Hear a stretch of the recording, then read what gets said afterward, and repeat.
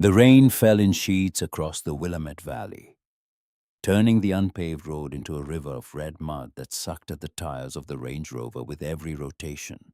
Nathan Calder gripped the steering wheel with both hands' knuckles, pale eyes locked on the twin beams cutting through the downpour. The wipers slapped a frantic rhythm against the windshield, losing the battle against water that seemed to fall not from clouds, but from some vast overturned ocean above. He had driven 4 hours from Portland in worsening weather, past the last gas station 40 minutes ago, past the last house with lights in its windows 20 minutes after that. And now the GPS on his phone showed nothing but a gray pin dropped on a green expanse with no street name, no landmark, no indication that anything human existed at the end of this dissolving road. In the back seat, Emmy sat perfectly still in her booster arms wrapped around a stuffed bear with one glass eye missing and fur matted from years of being clutched through nightmares. She had named him Sergeant when she was 3, back when her mother was alive, and naming things felt like a game rather than a way to hold on to what kept disappearing. The bear was the last object from her old bedroom that she had refused to surrender when Nathan sold the furniture, donated the books, packed the Portland penthouse into 4 cardboard boxes and 2 duffel bags. Everything else from that life was gone. The rest of it, the view from the 23rd floor, the chrome kitchen. Claire never liked the closet still holding suits that cost more than some people earned. In a month belonged to a stranger, now a tech executive who had bought the unit in cash and probably never wondered about the family that had echoed inside it. Nathan's wrist felt light. He had worn the Rolex every day for 7 years, ever since Claire placed it on his arm the night Calder Construction hit $10 million in annual revenue. She had saved for it in secret, squirreling away money from her nursing salary at the ICU, and when she fastened the clasp, she whispered that it was not about the watch, but about the time, his time, their time, the proof that a pipefitter's apprentice from Gresham could build something real. He had taken it off 20 minutes into the drive, somewhere past Woodburn, and placed it in the glove box without ceremony. The weight of it had started to feel like a shackle, a ticking reminder of everything the watch had measured and everything it could not prevent. Claire's diagnosis, the 22 months of treatment, the $800,000 in medical bills that insurance covered in fractions and promises, the board meetings he stopped attending, the company he built with his hands and signed away with a pen because the man who could negotiate a $30 million contract could not negotiate with cancer. He kept 15% equity and a quarterly dividend check that arrived like a postcard from a country he no longer lived in.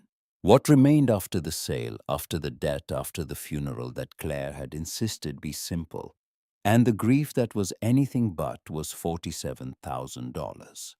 Every cent of it now belonged to a 2-story farmhouse he had never set foot inside. Emmy's voice came from the back seat, small and precise the way it always was when she sensed something wrong, which was almost always now. "Daddy, there's smoke." Nathan's foot lifted off the accelerator. Through the curtain of rain, past the tunnel of overgrown hawthorn branches, scraping the roof of the car, the farmhouse materialized like a photograph developing in water. 2 stories of peeling white clapboard, a porch roof sagging at one corner, windows filmed with grime, one on the ground floor covered in plywood. And rising from the stone chimney, a thin column of gray smoke that dissolved into the low clouds, as if trying to escape the house before anyone noticed it was there. Smoke meant fire. Fire meant warmth. Warmth meant someone was inside the house that Nathan Calder had purchased 3 months ago at a county tax auction. The house that the clerk at the assessor's office had assured him over the phone was vacant, abandoned, accumulating liens and decay since the previous owner died intestate 3 years prior. The house that was supposed to be empty. The house that held every remaining dollar of his former life and every fragile hope of his next one. He stopped the car at the edge of what might once have been a gravel driveway and now resembled a shallow creek. For a long moment he sat motionless, rain hammering the roof engine, idling, staring at the smoke. Behind him, Emmy pressed her face to the window. Sargent clutched to her chest, breath fogging the glass. He could feel the question forming in her silence, the one she asked in a dozen different ways every day since her mother died. Are we safe here? Is this the place where things stop breaking? He turned off the engine. The quiet that followed was not quiet at all, but a roar of water and wind, and the creak of old trees bending under the weight of a March storm that had no intention of stopping. He climbed out work boots, sinking immediately into mud, and opened Emmy's door. She reached for him without hesitation, wrapping her arms around his neck as he lifted her out and tucked her against his chest, her pink raincoat already darkening with water, despite the arm he curved over her like a shield. Together, they crossed the 30 feet of drowned yard and climbed the porch steps, each board groaning beneath their combined weight, as though the house itself was warning them to turn back. Up close, the damage was worse than the auction photos had suggested. The door frame was splitting along the grain. The porch railing had detached on one side and hung at an angle that would snap under any real pressure. A wasp nest the size of a fist occupied the corner above the mail slot, abandoned for the winter, but promising trouble come spring. Nathan set Emmy down on the least rotten section of porch flooring and tried the front door. It swung open without resistance, hinges protesting in a low metallic groan that traveled through the entire frame. Heat hit his face. Not the stale, trapped warmth of a closed building, but active living heat, the kind that came from a fire being fed and tended. The entrance hall was dim-lit only by the gray daylight leaking through dirty windows, but shapes emerged as his eyes adjusted a pair of worn boots by the threshold. A woman's coat hung from a nail driven into the wainscoting. A wicker basket stacked neatly with split firewood beside the doorway to what had once been a parlor. Not the detritus of a squatter passing through. The quiet evidence of someone living here with intention, with care, with the desperate precision of a person making a home out of someone else's abandonment. Nathan stepped inside, pulling Emmy behind him, positioning his body between her and whatever waited deeper in the house. The floorboards were scuffed, but swept. The air smelled of wood smoke and something herbal, rosemary maybe, or thyme, as if someone had been cooking. To his left, through the parlor doorway, he could see the source of the heat, not the original fireplace, but a cast-iron wood stove newer than anything else in the house, vented through the chimney with metalwork that even from the doorway looked deliberate and competent. Hello. His voice came out harder than he intended, edged with the clipped authority of a man who had spent 15 years running job sites and boardrooms, who had learned to make his presence fill a space before his body did. The sound bounced off the plaster walls and died in the stairwell. Silence, then footsteps, quick light coming from above. A door slammed on the second floor. More footsteps, slower now, deliberate, descending the stairs. 2 sets. Emmy pressed against his leg. He shifted his weight, squaring his shoulders, and waited. 2 women emerged from the shadows of the stairwell, and for a disorienting moment Nathan's brain stuttered because they were identical. Same dark hair pulled back in hasty ponytails. Same wide gray eyes. Same sharp cheekbones in faces that might have been striking if they had not been stretched tight with fear, and the particular gauntness that comes not from dieting, but from rationing. They wore layers of mismatched clothing. Flannel over thermal over something threadbare, beneath the practical bulk of people who had learned to dress for survival rather than appearance. One carried a cast-iron skillet like a weapon held low at her hip, but gripped with intent. The other had her hands raised slightly, palms forward, the universal gesture of someone trying to prove they meant no harm, while fully aware that harm might be done to them. The one with the skillet spoke first. Her voice shook, but she did not lower the pan. Please don't call the police. We can explain. Nathan felt the words land in his chest like a physical weight. 3 months of planning. 3 months of counting down the days in a friend's cramped spare room in Portland, showing Emmy the auction photos on his phone, letting her pick which bedroom would be hers, promising her trees outside her window, and a yard big enough to run in, and a place that would feel like home again. 3 months of believing that somewhere at the end of a muddy road in rural Oregon, there was a house waiting to save them, and it was already occupied. Who? How long? Why? 3 questions. No inflection, each word a separate demand. The old Nathan, the one who ran sites and signed contracts, surfacing through the grief and exhaustion like a reflex he could not suppress. The other woman, the one without the skillet, answered quickly, words stumbling in the rapid cadence of someone who had rehearsed this speech in the dark during sleepless nights preparing for exactly this moment. We didn't know anyone bought it. The county record said tax default. We checked. We've been here since November. 3 months. No one came. No one called. We thought the place was forgotten. 3 months. They had been living in his house for 3 months. Sleeping under his roof, burning wood in his chimney, eating in his kitchen, while he and Emmy were crammed into a 12 by 10 room with a borrowed air mattress and a thermostat kept at 62 to save someone else's money. Waiting for spring, waiting for the weather to break, waiting for the beginning. He had promised his daughter these 2 women had already made themselves at home in it. Nathan opened his mouth to say something about trespassing, about property law, about the $47,000 that represented not just a real estate transaction, but the distilled remains of a career, a marriage, a life, and then a voice from behind his knee cut through everything. You don't got another house? Emmy had stepped out from behind him. She stood at his side, 6 years old, rain-soaked, clutching a one-eyed bear, looking up at the 2 strangers with an expression Nathan recognized from the child psychologist's office, that careful, measured gaze of someone who had learned too young that the world could subtract people without warning. Like we didn't got another house, so Daddy bought this one. The woman with the skillet lowered it an inch.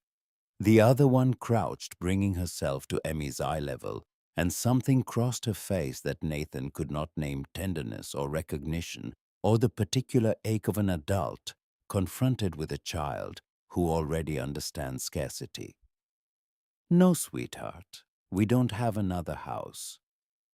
Emmy considered this with the gravity she brought to all important matters, which was most matters now. That's okay, we can share. The silence that followed was heavy with the rain outside and the fire inside, and the sound of 4 people breathing in a space that belonged to none of them, and all of them simultaneously. Nathan looked at the woman who had crouched for his daughter, and she looked back, and in her gray eyes he saw something that made the air leave his lungs. Not fear, though, that was there too, but the same hollow recognition he confronted every morning in his bathroom mirror. The look of someone who had lost the person who made the world make sense and was still standing only because stopping was not an option when someone smaller was depending on you. Show me what you've done to the place. The words left him before the rational part of his brain could intervene, before the former CEO could calculate risk exposure, before the grieving husband could retreat behind the wall he had built around every feeling that threatened to make him useless to his daughter. He did not say yes and he did not say no. He said, show me, which was the language of a man who evaluated things with his hands before his head, who had started as a 19-year-old pipe fitter's apprentice and built a $30 million company, not because he understood spreadsheets, but because he understood structures, the bones of things, what held and what would break. They moved through the first floor like an inspection team, the twins leading, Nathan following with Emmy's hand in his. The parlor where the wood stove sat, not original to the house, as he had already noted, but a Vermont castings defiant model that looked like it had been salvaged from someone's barn or a second-hand store. Nathan crouched beside it and examined the stovepipe connection to the chimney liner. Clean welds, proper clearance from combustibles. The flue damper seated correctly in its housing. Whoever had installed this understood draft mechanics, and carbon monoxide risk understood it well enough to keep 2 people alive through an Oregon winter without poisoning them. Your flue work is solid. Who taught you? The question was directed at the woman who had held the skillet, the one who seemed to lead with action while her sister led with words. She met his eyes with a flicker of something that might have been pride beneath the wariness. YouTube and practice. I went through 4 feet of scrap pipe before I got the angles right. Nathan nodded. Better than half the guys he used to hire, and he had hired journeymen with union cards and 15 years of experience. The kitchen counters scrubbed clean of decades of grime, the worst holes in the floor patched with plywood and framing nails driven at proper angles. The backroom shelves built from scrap lumber organized with the efficiency of someone accustomed to making much from little canned goods sorted by type-dried beans in jars. A few pieces of clothing folded with military precision. Window frame. Nathan stopped at a first-floor window that had been repaired. Weather stripping applied correctly. The rotted section of frame filled with wood putty and sanded not professionally, but functionally. He ran his thumb along the header. You're off a quarter-inch here, but structurally it holds. Didn't have a level. I have 3 in my truck. Something shifted between them with that exchange, not warmth, not yet, but the faintest creak of a door opening between two people who spoke the same language. The language of people who fix things because broken was not an option. The sister, the one who had shown her palms, the organizer spoke while Nathan examined the repairs. Her name was Wren. Her sister was June. Their mother, Helen Harwell, had died in August. Pancreatic cancer. No insurance. The medical bills consumed everything, the house in Salem, the car, every dollar in savings. When Helen died, June and Wren had each other and $400. 7 months since then. Shelters when there were beds. The back seat of a Civic until it was repossessed. Then this house empty and forgotten on 5 acres of overgrown pasture. And for 3 months it had been enough. Nathan listened without interrupting. He noted that Wren delivered the facts without self-pity, in the same flat tone he used when he explained Claire's death to strangers stripped of emotion, so the words could get out without the speaker collapsing. He noted that June said nothing during her sister's account, just stood with her arms crossed and her jaw set, watching Nathan, the way you watch a door you expect to slam. What was your mother's name? The question surprised them. June's arms loosened. Wren blinked. Helen. Helen raised daughters who can weld a flue pipe from a YouTube video and keep a house standing through winter with no money and no help. She must have been something. June's chin lifted. Her eyes went bright for a single second before she locked it down, and Nathan recognized that too, the refusal to cry in front of someone who had power over you, the insistence on dignity when dignity was the only currency you had left. He filed it away the way he filed away load-bearing walls and foundation cracks as information essential to understanding what held and what would break. The second floor told 2 stories. 2 of the bedrooms had holes in the ceiling, where the roof had failed, plaster water-stained and crumbling the floor beneath the worst leak soft enough that Nathan's boot flexed it like a sponge. Serious damage, structural. The kind of repair that required materials and labor and time he did not yet have a plan for. But the third bedroom, the largest at the front of the house, had been transformed. Someone had patched the ceiling with joint compound, not perfectly, but persistently. The walls were painted a warm cream, the kind of off-brand mist tint you could buy for $3 a gallon at the hardware store clearance shelf. Curtains made from old bed sheets hung in the windows. 2 sleeping bags were rolled neatly in the corner. A camping lantern beside them, a stack of library books on the floor. The room was spare and clean, and carried the particular atmosphere of a space that someone had claimed, not just a shelter, but a sanctuary. Wren explained, watching Nathan take it in. They slept in shifts, one always awake, watching, listening, in case someone came, in case someone dangerous came. Nathan understood. He had not slept more than 4 consecutive hours since Claire's monitor flatlined, not because of grief alone, but because some part of him remained convinced that if he closed his eyes completely, the next thing he loved would disappear while he was not looking. He descended to the basement alone while June and Wren waited upstairs with Emmy. The stone foundation was in better shape than he expected. Dry sound, no significant cracking. In the far corner, half buried under a collapsed shelf, he found a tin box. He pried it open. Inside, photographs. A man heavy-set, unsmiling, standing on the front porch of this same house, younger, the paint fresh, the shutters straight. A woman beside him, a child. The name Mercer was written on the back of one photo in faded pencil. The man who had owned this property, who had died intestate 3 years ago, who had lived here alone after his wife passed. A father, a widower, raising a child in this very house 30 years before Nathan arrived to do the same thing. Nathan held the photograph for a long time, rain drumming above him. The sounds of Emmy's footsteps crossing the floor overhead. The house had done this before. Taken in a broken man and given him walls to put between his grief and the weather. He placed the photo back in the tin and closed it. And something he could not name moved through him. Not superstition. He was not that kind of man, but a sense that this house had been waiting for someone like him, or that he had been waiting for a house like this. And either way, the waiting was over. He climbed the stairs and found Emmy in the room she had chosen from the auction photos, one of the damaged ones, water stains on the ceiling like faded bruises, the floor near the window giving under his weight. She stood in the center of the empty space, turning slowly, and he could see her furnishing it in her mind with everything they had lost. The bed with the canopy her mother had sewn, the bookshelf, the toy chest. All of it donated or sold or simply left behind in the rush to convert a life into liquid assets. It's Big Daddy, bigger than my old room. Yeah, baby, yeah it is. When they came back downstairs, June and Wren were standing in the entrance hall with a single duffel bag between them.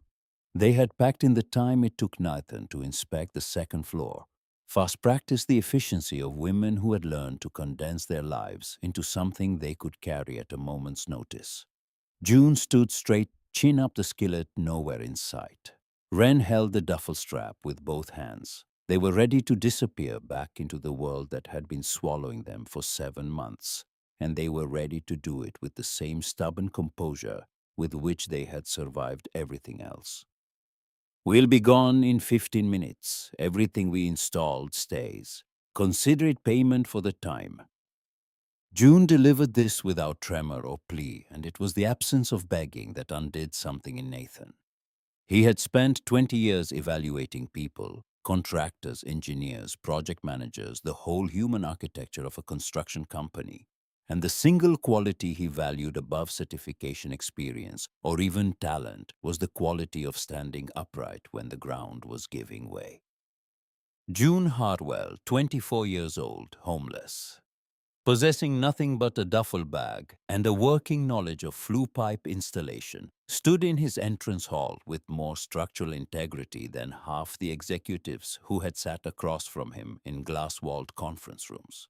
He thought about Claire, not the Claire of the hospital bed, but the Claire who used to stand in the kitchen at 2 in the morning, still in her scrubs eating cereal over the sink, because she had spent 12 hours keeping strangers alive and did not have the energy to sit down. The Claire who had looked at him across a job site when he was 22 and broke and covered in pipe dope and saw not what he was, but what he could build. Hank Bergman had given him his first real chance, not charity, not pity. Just an old foreman who looked at a young man's hands and decided they were worth betting on. He thought about the child psychologist who had told him in the careful language of someone accustomed to delivering hard truths to people who did not want to hear them, that Emmy was watching him, watching how he moved through loss, watching whether he chose fear or hope, learning from him every single day whether the world was a place that took things away or a place that sometimes, if you were brave enough, gave them back. I built a company worth $30 million and it couldn't fix a single thing that mattered. So I bought a broken house and started with my hands. He was not looking at June or Wren when he said it. He was looking at the wood stove they had installed, the window they had repaired, the floor.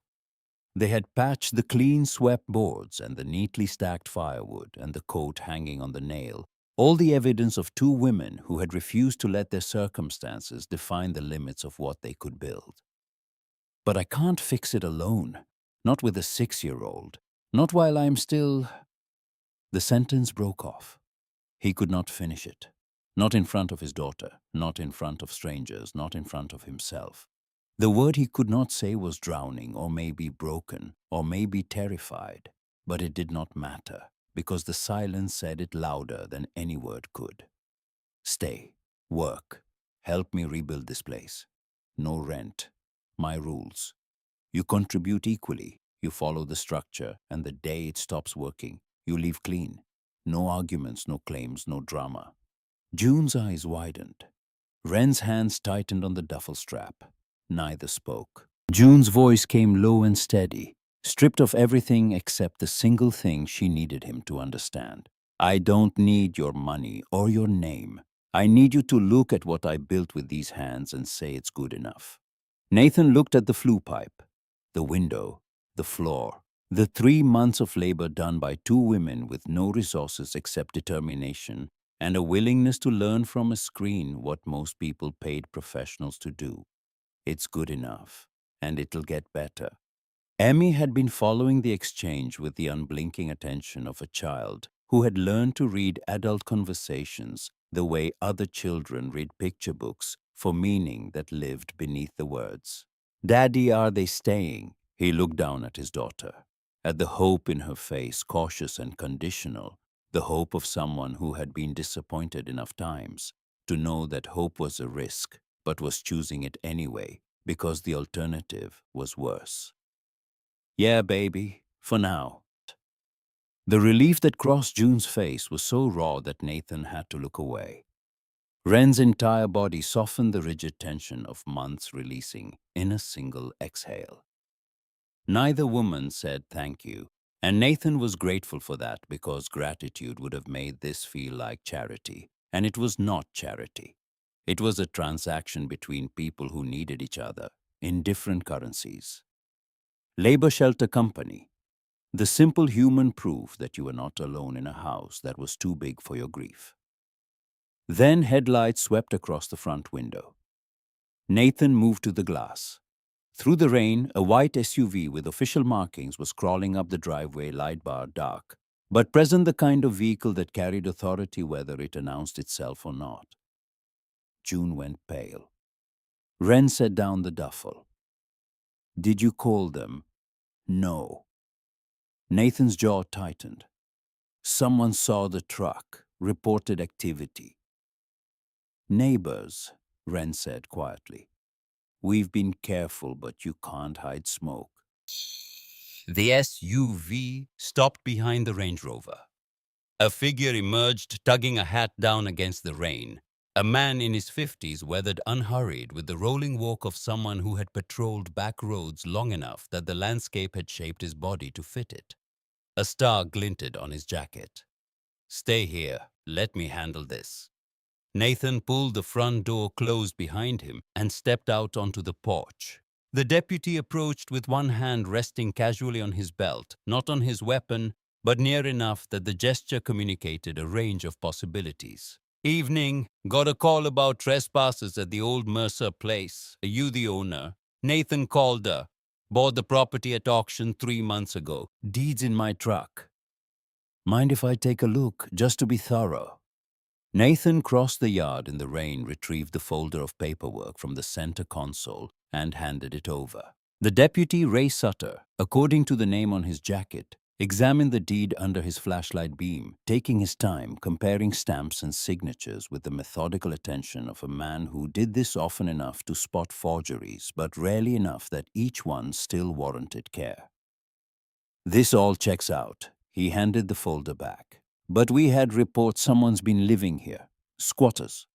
I'll need to look inside, make sure everything's clear. For your protection as much as theirs. Nathan felt the choice arrive like a physical weight settling on his shoulders. He could open the door, let the deputy find June and Wren, watch them get removed, processed, sent back into the system that had been failing them for 7 months. Clean, legal, safe. The rational move. The move a former CEO would make a man who understood liability and exposure and the importance of operating within established frameworks. Or he could stand on this rotting porch in the rain and lie to an officer of the law for two women he had met 20 minutes ago because a 6-year-old girl inside that house had looked at them and offered to share, and because a dead woman in a hospital bed had made him promise to choose the kind of life where people helped each other, even when it was not the smart play. No one here, just me and my daughter. Place was empty when we arrived. Evidence someone was using it, sure there's a stove, some supplies. But they're gone now. It was not a complete lie. The sisters had been ready to leave. They had packed. They had been 15 minutes from gone when Emmy's question stopped everything. But it was not the truth either. And Nathan could feel the weight of it in his chest. The unfamiliar heaviness of a man who had built his career on handshake integrity, now looking a deputy in the eye and choosing deception. Sutter studied him for a long moment. Rain ran off the brim of his hat. His eyes moved from Nathan's face to the front door and back, and Nathan could see the calculus happening. The assessment of whether this was worth pursuing, whether the paperwork justified the effort, whether a man with a valid deed and a child in the house was likely to be the kind of problem that warranted further investigation on a night when the roads were turning to rivers and the radio was probably full of calls more urgent than a vacant property dispute. "All right, Mr. Calder." The words came slowly delivered with the careful neutrality of a man filing information away rather than discarding it. "But if you do find anyone on your property, you call us. Don't handle it yourself." "I will. Thank you, Deputy." Sutter turned toward his vehicle, then stopped. Half-turned, rain streaming off his shoulders, he delivered the line that would keep Nathan awake for weeks. "I'll be back to check on this place. Neighbors around here pay attention." Nathan waited until the SUV's taillights dissolved into the storm before he allowed himself to breathe. When he turned back to the house, three faces were pressed to the window. June on the left, Wren on the right, and Emmy in the center, her small hands flattened against the glass. Sargent wedged under one arm. A portrait. Unplanned, improbable, utterly wrong by every measure Nathan knew how to apply, and yet something in the composition of it. The three of them framed by the same dirty glass lit by the same fire, watching the same man walk back through the same rain, struck him with a force he was not prepared for, as if the house had been waiting not just for him, but for all of them, and had arranged the weather and the smoke and the timing to make sure they arrived together. He climbed the porch steps, opened the door. June was standing closest, arms folded, guarding something that had not existed 15 minutes ago. "You lied for us. I lied for me." He peeled off his jacket, water pooling on the floor. "I need help. You need a roof. Now we're in this together."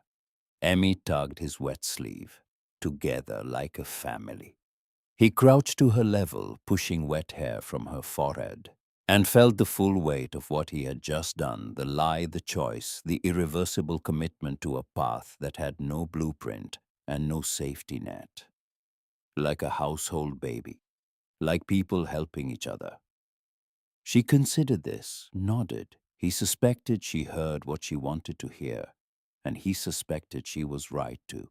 They unloaded the truck in the failing daylight, all four of them working in the rain, because the boxes would not carry themselves, and because work, Nathan had learned, was the fastest way to convert strangers into something closer to allies. June moved with the quiet efficiency of someone accustomed to physical labor lifting boxes. Nathan would have struggled with navigating the mud-slick yard without hesitation. Wren directed traffic, which boxes to the bedroom, which to the kitchen, which to the back room where supplies were stored. And Emmy supervised with the gravity of a child who had been given responsibility as a substitute for control and had decided to take the role seriously. They set up the second intact bedroom for Nathan and Emmy. Sheets from his boxes went on the mattress he had strapped to the truck roof. the fabric smelling faintly of the Portland apartment but clean. His clothes went into the closet, which had no rod, only nails driven into the back wall. Emmy arranged Sargent on the pillow with the missing eye facing the wall, a habit she had developed at the psychologist's suggestion.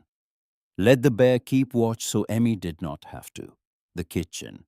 June served soup she had made from canned chicken rice and whatever vegetables she had managed to stretch across the week, seasoned with herbs Nathan could not identify. He sat at the table, an oak monstrosity original to the house that neither time nor neglect had managed to destroy, and raised the first spoonful to his mouth. And for a moment the taste hit him so hard he had to set the spoon down. Not because it was exceptional, because it was shared. He had not sat at a table with other people and eaten a meal someone else prepared since the last time Claire was well enough to cook 14 months ago. And the simple act of receiving food from another person's hands cracked open something he had sealed shut. Wren produced a small notebook from somewhere, pencil poised. And the sight of it, the preparedness, the instinct toward structure, made something in Nathan's chest loosen unexpectedly. If we're doing this, we need rules, expectations, structure. He almost smiled. Almost. You'd make a good CFO. I was accounts receivable for a medical supply company. Close enough. They spent an hour building the framework of their coexistence. Schedules for the single bathroom. Agreements about food pooled, resources shared, cooking rotation. Protocols for Emmy's care. Nathan held final say, but June and Wren could supervise when needed. Honesty as policy if something was not working. Speak, no festering, no secrets, no letting small problems become structural failures, which was a metaphor Nathan understood in his bones, because he had spent his life building things and knew that every collapse began with a crack someone chose to ignore. Emmy's eyes were heavy by the time the rules were settled. June offered to take her upstairs, and Nathan's first instinct was refusal a stranger, his daughter. The fundamental mathematics of trust that had been recalculated by loss into an equation that always came up short. But Emmy reached for June's hand without hesitation, as if the woman with the gray eyes and the callous palms had been part of her life longer than 20 minutes. And something in the naturalness of it made Nathan release the breath he had been holding. I'll be right upstairs, Em. You call if you need me. I will, Daddy. She paused at the foot of the stairs. June, do you know any bedtime stories? June looked startled. Then something softened across her face, something she had probably not allowed herself to feel in months. A few. What kind do you like? Happy ones, where nobody dies. The sentence landed in the hallway like a stone dropped in still water, ripples spreading outward through every person present. June's lips pressed together. Wren turned away. Nathan could not move. I know some happy ones. June's voice was careful, as if handling something fragile. Come on. Their footsteps faded up the stairs. Nathan stood in the hallway listening to the murmur of a story being told above him. And Wren watched him from the kitchen doorway, with an expression that was neither warm nor cold, but precisely calibrated the look of a woman who had learned to take the measure of a situation before investing in its outcome. Your daughter, she's been through a lot. Her mother died 18 months ago, cancer. The words came flat, rehearsed, stripped of the emotion that would make them undeliverable.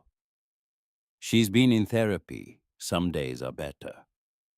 Wren nodded slowly. The nod of someone who did not need the details because she owned the same experience in a different shape. Our mother died 6 months ago, also cancer. So we understand something about what she's going through, what you're both going through. The parallel hung between them unadorned, requiring no commentary. Two families destroyed by the same disease, washed up in the same house, circling the same grief from different angles. You haven't asked how I could afford this place, Nathan said, or why a man with a Range Rover is moving into a house with no running hot water. Wren met his eyes. You haven't asked us anything that isn't about the house or the work. I figure we'll get to the rest when we're ready. It was the most intelligent thing anyone had said to him in months, and he let it stand. He climbed the stairs when June came down reporting that Emmy was asleep, that the story had been about a princess who built her own castle with no help from any prince, and that Emmy had approved of the ending. Nathan paused at the bedroom door and looked in at his daughter curled on the mattress, Sergeant in the crook of her arm, her breathing slow and even for the first time in weeks. The room was cold and bare and had a water stain on the ceiling shaped like a hand reaching. But Emmy was asleep in it, and that made it more of a home than the penthouse had been in the last year of Claire's life, when every room had smelled of medication and fear. He lay down beside her in the dark, rain on the roof, fire crackling below, the soft sound of two women who had been homeless moving through the house that was now, by a chain of decisions he could not yet fully fathom, also theirs. He felt his phone buzz in his pocket and pulled it out. The screen glowed in the darkness, 14 missed calls from Frank Merritt. One voicemail. He pressed play and held the phone to his ear, volume low enough not to wake Emmy. Nathan, it's Frank. Board meeting Friday. We need to talk about the quarterly numbers and your absence. Call me back. This isn't optional. He deleted the voicemail, set the phone face down on the floor. The world he had built and sold and left behind was reaching for him, and he was lying on a mattress in a farmhouse with no hot water, listening to the rain and the fire and the breathing of his daughter and the movements of strangers he had just invited into his life. Because a 6-year-old girl had said we can share. And because he had spent 18 months learning that doing everything alone was just a slower way of drowning. He could not say whether he had made the right choice. He could not say whether the morning would bring regret or relief or some combination too tangled to separate. He could not say whether June and Wren were who they appeared to be, or whether Deputy Ray Sutter would return with more questions and less patience, or whether Frank Merritt and the board would decide that Nathan Calder had lost his mind along with his wife. But lying in the dark in a house that leaked and creaked and held the ghosts of at least one other broken man who had come here looking for the same thing, Nathan felt something he had not felt since the night Claire stopped breathing. Not peace, not safety, not happiness. Something smaller and more stubborn than any of those. A faint, uncertain loosening of the fist he had been making in his chest for 18 months. The first tentative evidence that a grip could ease without everything it held falling through. The rain did not stop. The fire did not go out. And Nathan Calder, 42 years old, former CEO, current father, newly minted liar, and the owner of a house that had been saving people longer than he had been alive, closed his eyes and did not dream. September arrived with the kind of golden light that made the Willamette Valley look like a painting someone had left out to dry. Nathan woke to sunlight cutting through the bedroom window, and for 3 disoriented seconds, he reached across the mattress for Claire, before his hand found only the cool sheet, and the morning reassembled itself into what it was: the farmhouse, the second-floor bedroom. Emmy curled beside him with Sergeant, wedged under her chin, and a stuffed rabbit June had found at a yard sale tucked under her other arm. 6 months since he and Emmy had arrived in the rain. 6 months of shared labor and shared meals, and the slow, painstaking conversion of a ruin into something that could hold a family. And still the first seconds of every morning belonged to a dead woman. He dressed quietly and descended to a kitchen that smelled of coffee and something baking. June stood at the counter with a bandana tying back her hair and flour on her cheek, pulling a tray of muffins from the oven with the oven mitts Wren had bought at the thrift store in town. She had put on weight since March, not much, but the angular hollows beneath her cheekbones had softened, and the taut, wired energy that had driven her through winter had settled into something steadier. She moved through the kitchen with an ease that 6 months ago would have been impossible, because 6 months ago the kitchen had been a ruin, and she had been a woman sleeping in shifts with a cast-iron skillet within reach. The roof's done. She did not turn around when she said it, but Nathan heard the weight in the words: 3 months of weekends hauling bundles of asphalt shingles up a ladder, stripping the old ones that came apart in their hands like wet cardboard, replacing rotted plywood decking with sheets they carried on their shoulders from the truck because the driveway was too muddy for a delivery vehicle. His shoulders still carried the ache. June's hands had blistered, torn, healed, and blistered again, and she had not once suggested they hire someone to finish the job. Neither had he. The roof was theirs, the way a scar was theirs, earned permanent proof. Nathan poured coffee and leaned against the counter, watching her work. The repair sequence had followed the logic he knew from decades in construction: roof first, because everything else was pointless if water kept coming in. Then windows replaced one by one with salvage units from a demolition site in Salem that Hank Bergman had tipped him off to. Then plumbing Nathan had ripped out the corroded copper supply lines and replaced them with PEX, saving $800 and 3 days of labor. Because PEX was forgiving, in a way that copper was not, and forgiveness was a quality he was learning to value in materials and people alike. Then floors sanded with a rented drum sander that shook the house so hard Emmy thought it was an earthquake. Then paint room by room, the slow patient work of turning decay into something that could hold a family. He worked his construction job 4 days a week. Hank Bergman, the foreman, who had given a 19-year-old pipe fitter's apprentice his first real opportunity 23 years ago, now served as Nathan's eyes in Portland, managing the day-to-day of whatever advisory obligations remained from the sale. 3 days Nathan gave to the farmhouse. June worked beside him on every one of those days and handled smaller repairs alone when he was gone.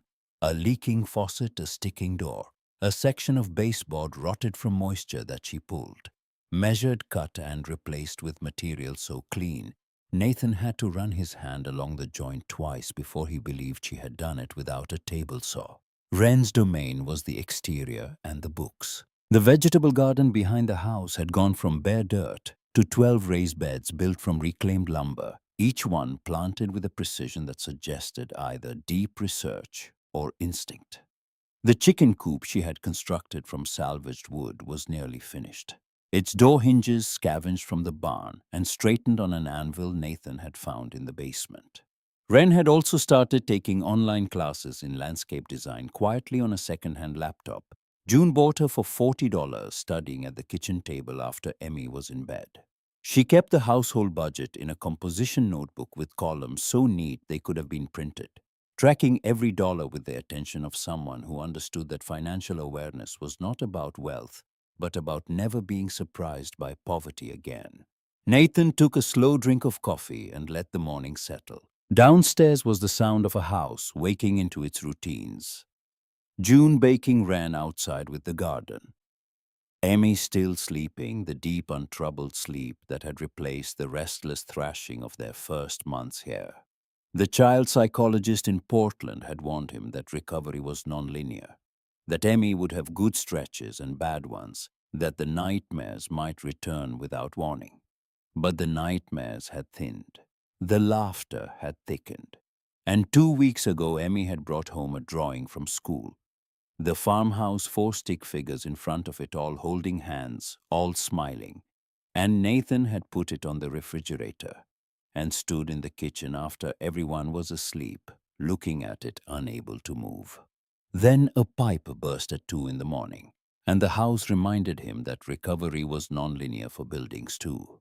The sound woke him from a dead sleep, a percussive crack followed by the hiss of pressurized water finding freedom. He was down the stairs in bare feet before his brain fully engaged, moving on the muscle memory of a man who had spent his 20s crawling under houses in the dark. The basement was already 3 inches deep. Water jetted from a fracture in the main supply line where old copper met new PEX at a coupling he had installed in April, a joint that had held for 5 months and chosen this particular night to surrender. He found the main shut-off valve by wrenching it clockwise with both hands, and the jet died to a trickle in 90 seconds. June appeared on the basement stairs with a flashlight. Barefoot, hair loose, wearing a flannel shirt over whatever she had been sleeping in. She angled the beam without being asked, tracking his hands as he examined the failure point, and the coordination between them was wordless and immediate. She moved the light where he needed it before he turned his head, the way a surgical nurse anticipates the next instrument. They worked side by side for 40 minutes. Nathan cutting out the failed section and sweating on a new PEX coupling, while June held the pipe steady and Ren and Emmy appeared with buckets to bail the standing water. Emmy treated the flooding as an adventure, splashing with obvious delight, and Nathan let her. Because the sound of his daughter laughing at 2 in the morning in a flooded basement was a sound he would have paid any price to hear. By dawn, the repair was solid. Nathan sat on the basement stairs, wet to the knees, hands aching, and June lowered herself beside him close enough that their shoulders touched. The contact was incidental, the natural compression of two people sharing a narrow staircase, but neither moved away. "You're fast." Her voice was quiet in the post-crisis stillness. "Started as a pipe fitter's apprentice when I was 19, before the company, before any of it. This is where I come from." She was quiet for a moment, processing this against whatever picture she had been assembling of who he was. He knew the picture was incomplete. He had not told them about Calder Construction, about the sale, about the quarterly dividend checks that arrived in an envelope he opened and deposited and tried not to think about. He had told them he lost his wife, that he needed a fresh start, that the house was what he could afford. All true, all insufficient. Hank Bergman came that afternoon unannounced, driving his dented Silverado up the driveway with the unhurried authority of a man who had been arriving at job sites before Nathan was born. Hank was 58, built like a fence post, with hands that could set a 16-penny nail in 2 strikes, and a face that expressed approval, disapproval, and every shade between through variations in the angle of his jaw. He descended to the basement, examined the repair, traced the PEX lines with his flashlight, tested the coupling by pressing his thumb against the joint and holding it there for a full 30 seconds. He surfaced and nodded at June, who had followed him downstairs to observe the inspection. 20 years I've watched Nathan work. Never once seen him cut a corner. That joint down there is clean as anything I'd pass on a commercial site. The words carried a weight that exceeded their content because Hank Bergman did not give compliments. He gave assessments. And the difference was that assessments could be trusted. Nathan saw June register this, the independent confirmation that the man she had staked her safety on was someone whose work could be relied upon not just in a crisis, but as a matter of character. Nathan offered June the contractor licensing program on a Tuesday in late September, while they were replacing a section of porch railing that had finally given up its long negotiation with gravity. He had been thinking about it for weeks, turning the idea over the way he turned lumber, checking for warps and weaknesses, making sure the grain was straight before committing the cut. Portland Community College offered an 8-month program, weekends designed for working adults. The tuition was manageable. The outcome, if June completed it, was a credential that would transform her from someone who fixed things out of necessity into someone who could charge for the privilege. He laid it out without embellishment because he had learned that June responded to information the way she responded to materials. She needed to assess it with her own hands before she trusted it. Not charity, not a gift, an investment. You finish the program, I'll refer you to every client I know. Professional rate. You're that good. Her jaw set. The familiar resistance, the reflexive stiffening that happened every time something was offered that she had not earned through her own labor. He had seen it when Darla Bergman brought a casserole, when Wren suggested they use some of Nathan's dividend money for proper insulation, when Emmy tried to give June a bracelet she had made at school. June Harwell had spent 24 years building a self that could withstand anything. And the foundation of that self was the conviction that she needed nothing from anyone, a conviction that was both her greatest strength and the wall that kept everything good at arm's length.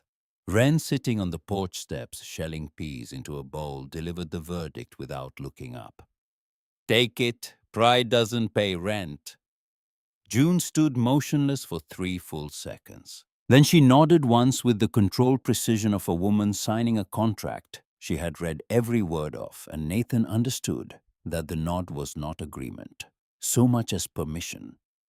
Permission she was granting herself to want something beyond survival. Amy, when told, announced the news to Mrs. Bennet at school pickup the following day with the volume and enthusiasm of a press conference. June is going to college. Mrs. Bennet, who had watched Emmy transform from a withdrawn, grief-haunted child into someone who raised her hand and made friends and drew pictures of houses with smoke coming from chimneys, smiled and made a note in Emmy's file that the home environment continued to be positive. The disclosure came on an ordinary Thursday in mid-October, and it arrived not through Nathan's careful planning, but through his daughter's unguarded mouth. Emmy was describing her day at the kitchen table, while June prepared dinner, recounting a classmate's boast about his father's job with the competitive analysis of a corporate strategist, and mid-sentence, she deployed the information that detonated months of careful omission. Daddy's company has a big building in Portland. It's got Daddy's name on it. June's knife stopped mid-chop. The kitchen went silent except for the tick of the wall clock and the low murmur of the stove burner. Nathan, sitting across the table helping Emmy with math homework, felt the air change the way you feel the pressure drop before a storm, invisible, unmistakable, and too late to prevent. What company? Emmy, unaware of the fault line she had opened, answered with the breezy authority of a child who did not yet understand that information could be a weapon. Calder Construction. It has a big C on the door. Mommy used to take me there, and I would sit in the spinny chair. June set the knife down, wiped her hands on the dish towel, left the kitchen without a word, and Nathan heard the back door open and close with a care that was more alarming than a slam. A slam was anger. Controlled quiet was something worse, the sound of a person recalculating everything they thought they knew and discovering the math had been wrong. She did not speak to him for 2 days. She continued to work the garden, the chicken coop, a section of interior wall she was repainting. But the ease between them had been replaced by something brittle and precise, as if she were handling their coexistence with pliers instead of open hands. Wren watched with the expression of someone who had seen her sister build and demolish walls before and knew that intervention would only accelerate the demolition. On the third evening, Nathan found June on the back steps, laptop close beside her, staring at the last light dying over the western hills. He sat down at a distance that respected the perimeter she had established and waited. He had learned in 20 years of managing people that the most important conversations could not be started. They could only be allowed to happen. You're a CEO, not a question. Was. I sold the company to my COO 18 months ago. Paid for Claire's treatment. What was left bought this house. But you were. You had millions. You had a building with your name on it. And you let us think you were just some guy with a truck and a toolbox. I am some guy with a truck and a toolbox. The building doesn't have my name on it anymore. The money paid for 2 years of chemotherapy that didn't work and a funeral that was over in 40 minutes. What I have now is what you see this house, my daughter, and enough in the bank to keep the lights on if I work 4 days a week. June absorbed this in the gathering dark, and Nathan could feel the conflict in her silence, the part of her that understood his reasoning, colliding with the part that felt deceived. And beneath both of those, the deeper fear she would not name, that she was living in the house of a wealthy man, accepting help from someone who could buy her future with a phone call, and that this made her what she had sworn she would never be.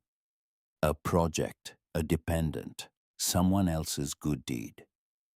Would you have stayed if you knew? The question hung in the violet air between them. Both of them already knew the answer. June Harwell, who had refused a casserole from a neighbor because she had not earned it, who had spent 6 months proving that she could carry her own weight, and then some who had walked into this arrangement on the explicit premise that it was an exchange between equals. June would have picked up her duffel bag and walked back into homelessness rather than live in a house whose owner could solve all her problems with a check she did not earn. I need time to process this. Take all the time you need. I'm not going anywhere. The wall she built between them after that conversation was not hostile, but it was real, a slight withdrawal of the casual proximity that had developed over 6 months of shared labor and shared meals and the thousand small negotiations of bodies occupying the same space.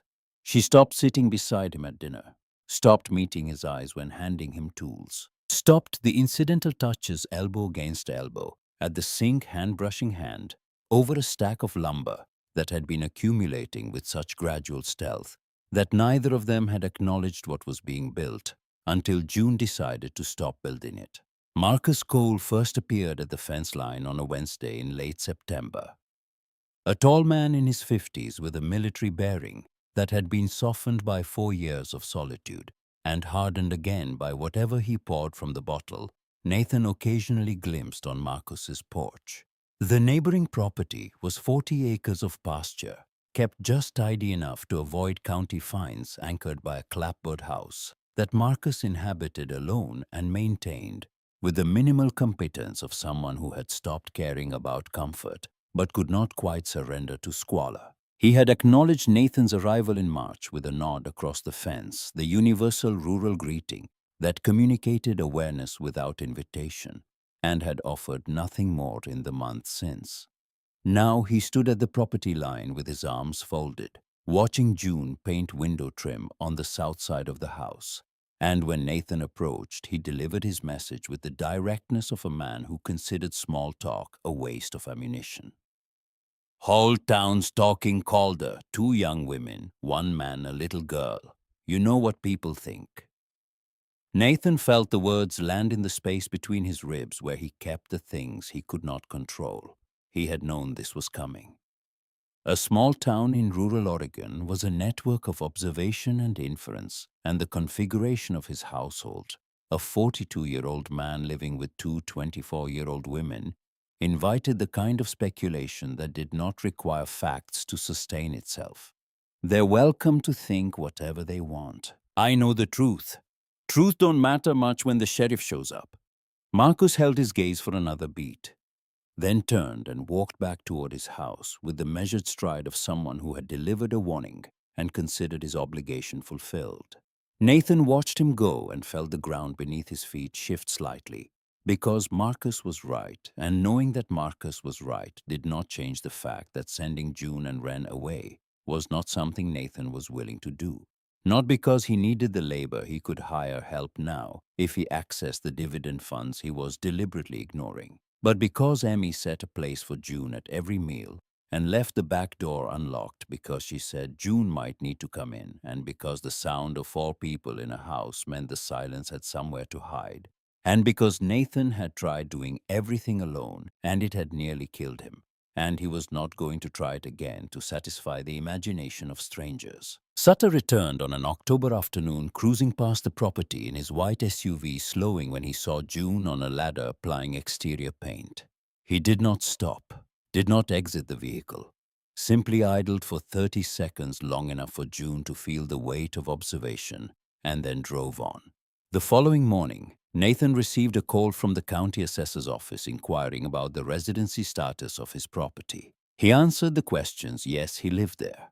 Yes, with his daughter. No other permanent residence, and hung up knowing that the careful legal fiction of their arrangement was developing stress fractures. Wren proposed the solution that evening, with the pragmatism of someone who had spent her professional life constructing paper trails to protect against exactly this kind of exposure. A formal lease agreement. June and Wren Harwell as tenants, $1 per month. A document that transformed squatters into lawful occupants and gave Nathan a piece of paper to wave at anyone who came asking. He signed it at the kitchen table with a pen that left his hand feeling heavier than it should have, because the act of converting a human arrangement into a legal one always cost something that the document could not capture. The relationship between Nathan and June developed not in the stolen moments on the porch that populated the stories Claire used to read. But in the unglamorous interstices of physical labor, in spaces too cramped for performance and too demanding for pretense. The first conversation that mattered happened in early October in the cab of his truck on the way to the building supply store in McMinnville. June, in the passenger seat, watching the Willamette Valley scroll past with the expression of someone for whom the simple act of riding in a vehicle was still novel enough to command attention. "Today is my mom's birthday." She said it to the window, not to him. Nathan drove for a quarter-mile in silence and then offered the only thing he had that matched what she had given, not comfort, which would have been presumptuous, but equivalence. The day Claire died, I drank half a bottle of bourbon and passed out on the kitchen floor. Emmy found me. She was 5. She poured herself a glass of milk and sat next to me until I woke up. He felt June turn toward him. He did not turn back. The road unwound ahead of them, straight and flat and bordered by filbert orchards, and neither of them spoke again for the remaining 20 minutes of the drive, and the silence was not empty but full of everything that words would have diminished. The second conversation happened in late October, in the crawl space beneath the house where they were replacing a section of vapor barrier that had disintegrated into tissue-thin fragments. They lay side by side on their stomachs in the dust, and dark headlamps crossing shoulders touching, because the space allowed nothing else. June handed him a wrench. Wrong size. He handed it back. She found the right one by feel. Their headlamp beams collided on the pipe fitting, and they both laughed. Sudden, unguarded, the laugh of two people who had simultaneously realized the absurdity of their position face down in dirt, beneath a house they were putting back together, one miserable crawl space repair at a time. It was the first time Nathan had laughed without the trailing edge of guilt, since Claire and he lay there in the dust for a moment, after the sound faded, letting the strangeness of it register. Permission he had not known he needed, granted by a woman he had not known he was waiting for, in a location that smelled like clay and rodent droppings. The third conversation happened in November, in the garden after Emmy was asleep and Wren had retreated to her room. June was watering the last of the fall plantings, preparing the beds for winter mulch. Nathan came out to help without being asked, and they worked in parallel silence for 20 minutes, the hose passing between them with the economy of long practice. "Emmy asked me today if I'm family." June's hands continued moving over the garden bed, adjusting a row cover, her face lit by the blue hour light that turned the garden into something from a painting neither of them would ever see. "What did you say?" I said I didn't know. She straightened and looked at him across the row of plants, and the question she did not ask was louder than the one she had. Nathan set down the hose, reached across the distance between them, and rested his hand on hers there on the top rail of the garden fence. Just that. No pressure, no pull, no claim. The back of her hand was warm from the work and rough from months of labor, and he let his palm stay there and felt her not withdraw. Emmy turned 7 in July, and the picnic at Millhaven Elementary arrived on a Saturday in early November with the crisp authority of a Pacific Northwest autumn, the kind of day that made the whole valley look like it had been painted in rust and gold by someone with a generous hand. Nathan drove June and Wren to the school, and Emmy, vibrating with anticipation in the back seat, had rehearsed the introductions she planned to make with the organizational fervor of a diplomat preparing for a state dinner.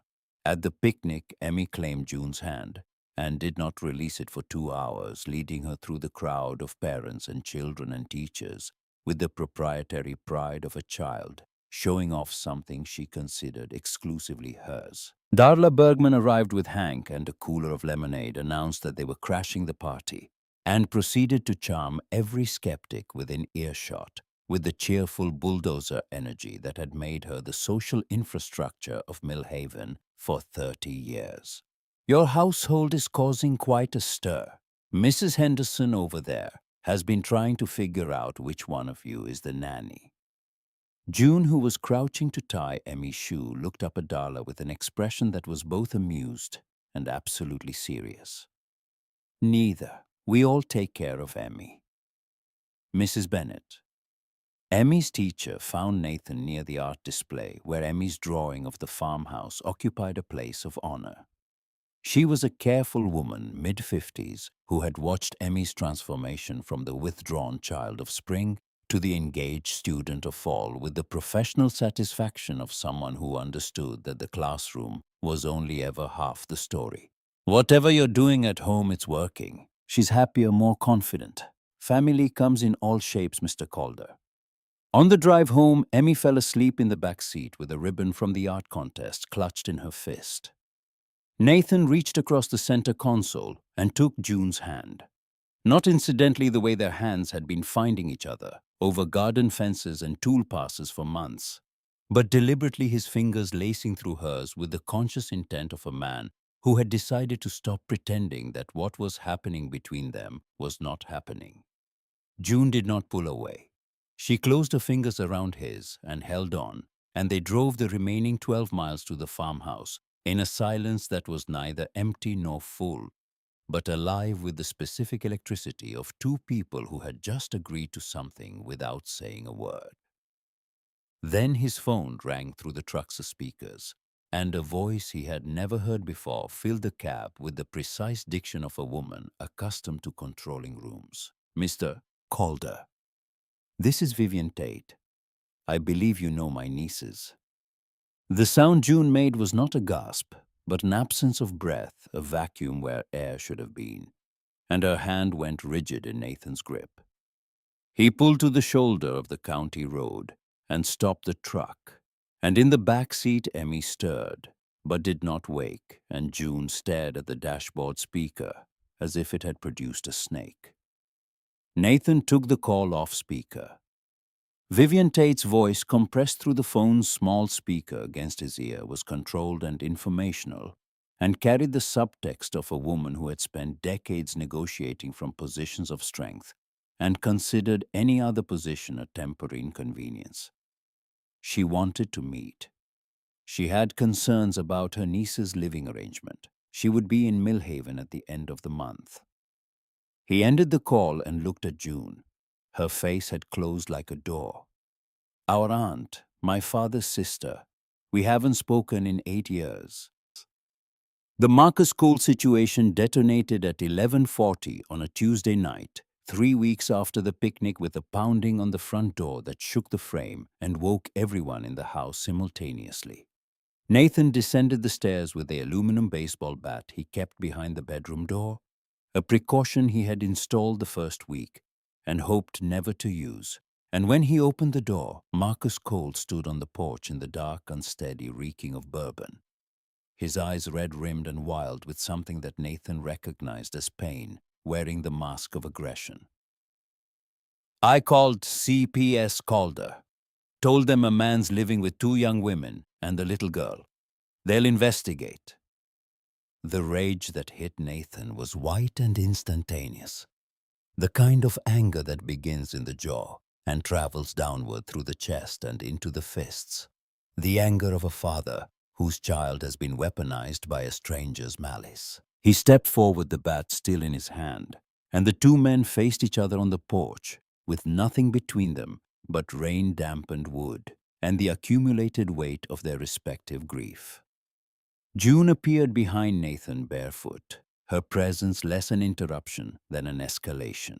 She looked at Marcus with the clear-eyed assessment of a woman who had learned to distinguish genuine threats from performative ones, and what she said cut through the bourbon and the posturing and the carefully maintained fiction that Marcus Cole was a man motivated by civic concern. Did you call because you care about Emmy or because you can't stand that he's not alone like you? Marcus Cole was a man of considerable physical presence who had served 2 tours in a theater of war that Nathan knew better than to ask about. And June Harwell was a 24-year-old woman who weighed 130 pounds and had no weapon other than the truth. And the truth hit Marcus like a round he was not wearing armor against. His face crumpled. The aggression drained out of him as visibly as air leaving a punctured tire, and he sat down hard on the porch steps. A large man made suddenly small, and the sound that came out of him was not crying in any conventional sense, but a low, ragged exhalation that carried 4 years of compressed solitude. My wife died 4 years ago. Car accident. Amanda. I'm in that house alone every single day. I see you people through the windows, laughing, eating together, that little girl running around, and I can't take it. I wanted you to be alone too. I wanted everyone to be as alone as me. The confession hung in the night air, raw and graceless and true, and Nathan lowered the bat and sat down on the steps beside the man who had just tried to dismantle his family, and discovered in the act of destruction that what he actually wanted was to be invited inside one. You want to come in June made soup. Marcus looked at him as if he had spoken in a foreign language. Then he nodded, and the four of them, Nathan, June, Wren, and Marcus Cole, sat in the kitchen at 2 in the morning drinking coffee, because soup seemed too optimistic for the hour. And Marcus told them about Amanda, about the accident, about the silence that had filled his house like water, filling a basement, rising an inch a day, until he was breathing with his chin tilted up and his eyes on the ceiling. Amy appeared in the doorway in her pajamas, awakened by the voices, and studied the tableau with her usual gravity before walking to Marcus and placing Sargent in his lap. Because you look sad. Marcus held the bear with hands that had been trained to disassemble rifles and could not quite figure out the proper grip for a stuffed animal, and something in the clumsiness of it, the combat veteran cradling a one-eyed bear given to him by a child he had just tried to harm, cracked a seam in the night that let something luminous leak through. He withdrew the CPS report the next morning, but the wheels had already turned. A caseworker arrived 3 days later, a brisk woman with a clipboard and the practiced neutrality of someone whose job required her to enter other people's homes and assess the invisible. She toured the house, spoke with Emmy alone for 12 minutes, examined the bedrooms, the kitchen, the bathroom, noted the lease agreement, noted the school records Mrs. Bennett had provided, noted that the child was clean-fed, articulate, emotionally appropriate, and voluntarily attached to every adult in the household. She closed the file in her car before pulling out of the driveway, and Nathan watched from the porch and felt the fragility of everything he was building. Not the house, which was getting stronger every week, but the family, which was held together by choice and trust, and a lease agreement written for $1 a month. Sutter came a final time in early December, 2 weeks before Vivian's arrival. He parked in the driveway, walked the property, exchanged nods with June, who was staining the new porch railing, and knocked on the front door with the courtesy of a man making a social call. Nathan invited him in. Sutter sat at the kitchen table, accepted coffee, examined the lease agreement Wren produced without being asked, and asked the questions he had been carrying since March. Careful questions. Specific questions. The questions of a man who had been doing this long enough to know that the absence of evidence was not evidence of absence, but was sometimes evidence of a family that had simply found an unusual shape. Whatever he found in their answers satisfied him. He finished his coffee, placed his hat back on his head, and delivered the verdict with the same measured cadence he had used on the porch in March. I asked around Calder. Hank Bergman says you're the most reliable worker he's seen in decades. Mrs. Bennett says your girl's thriving.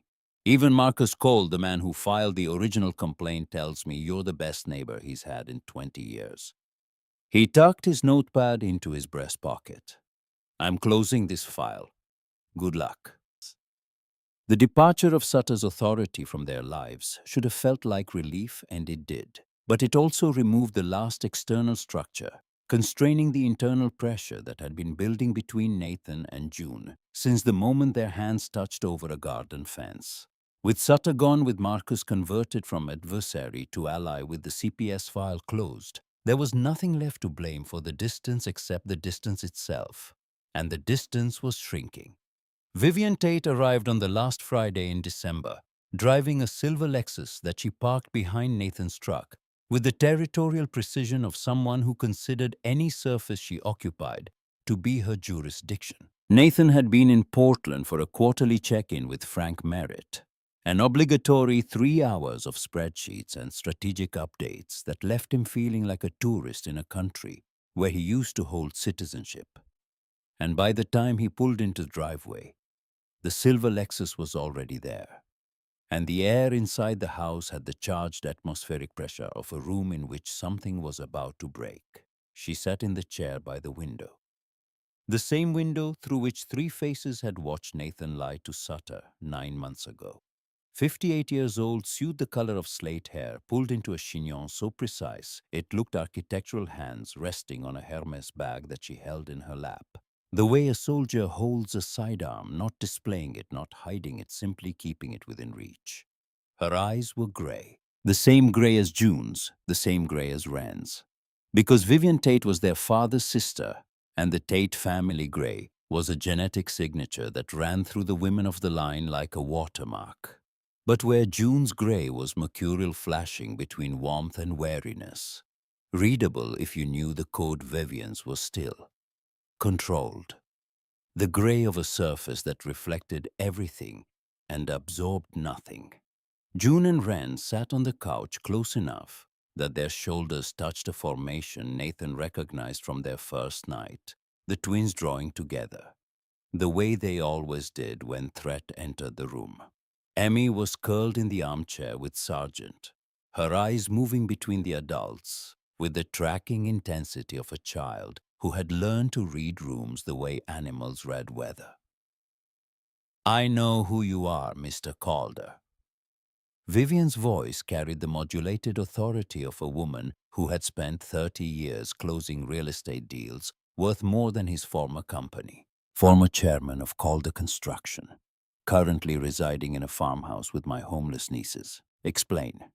Nathan studied her the way he studied a structure before committing to a renovation load path's stress points, the places where the facade met the foundation, and the truth lived in the gap between them.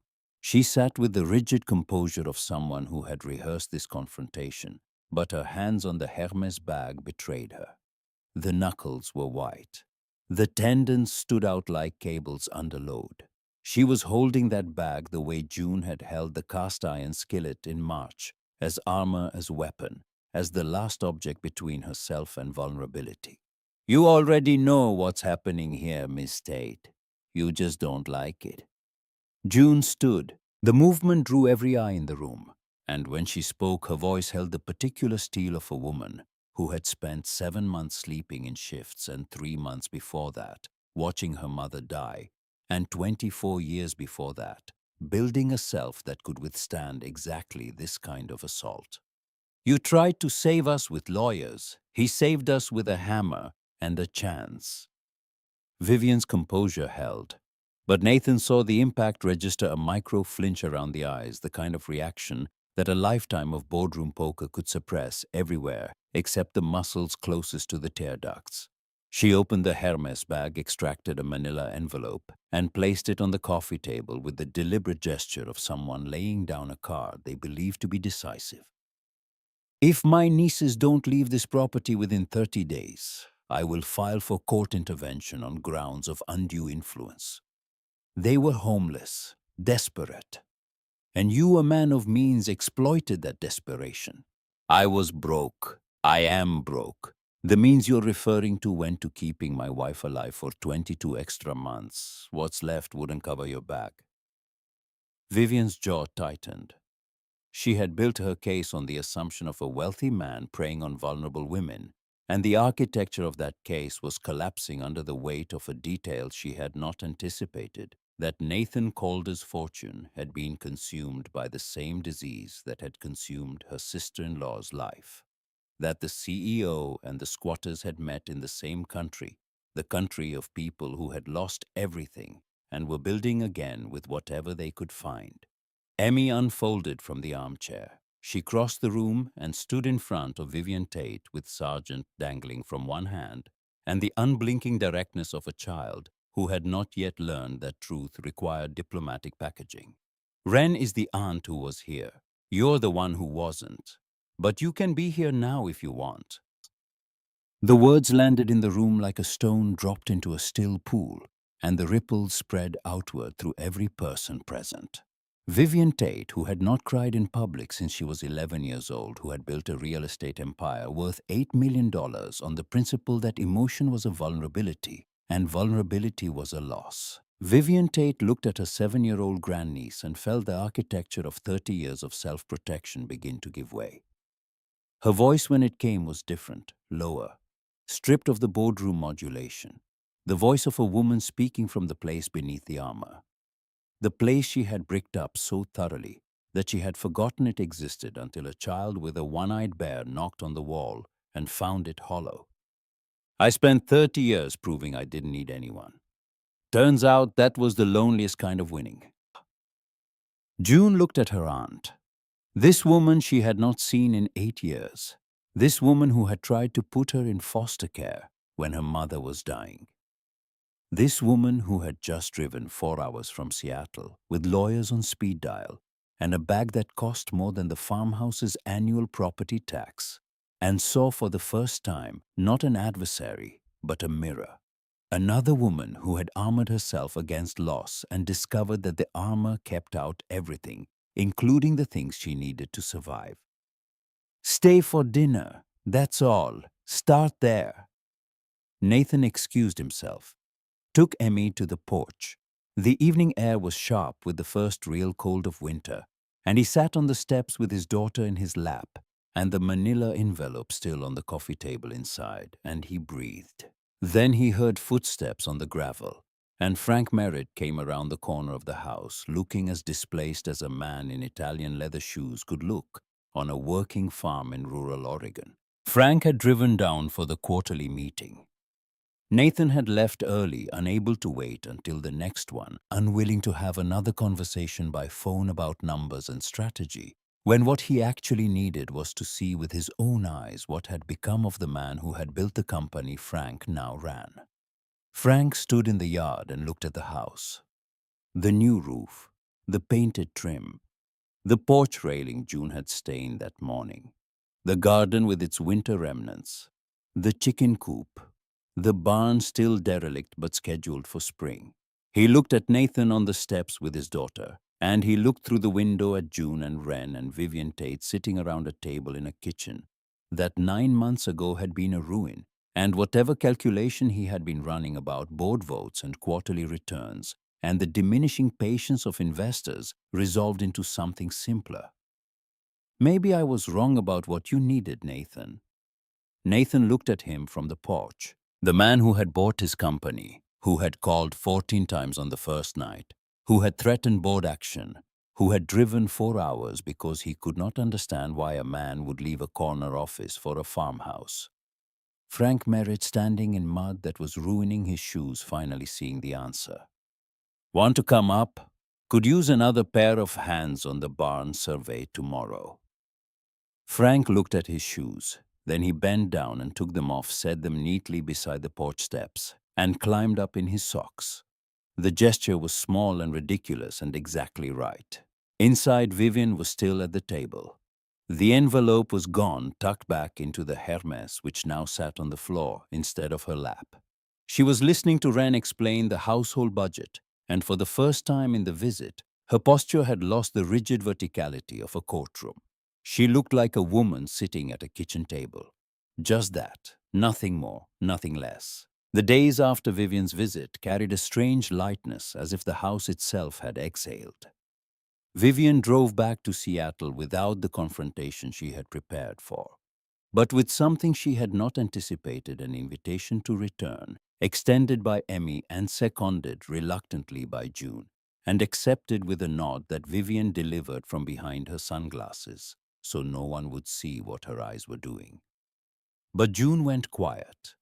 Not the productive silence of someone processing, which Nathan had learned to read and respect, but the withdrawing silence of someone retreating inward to a place where they could dismantle something without anyone watching. She stopped sitting beside Nathan at meals, stopped meeting him in the garden after Emmy's bedtime, stopped the small gravitational drift that had been pulling them together since the night their hands touched over a garden fence and neither let go. Then she was gone.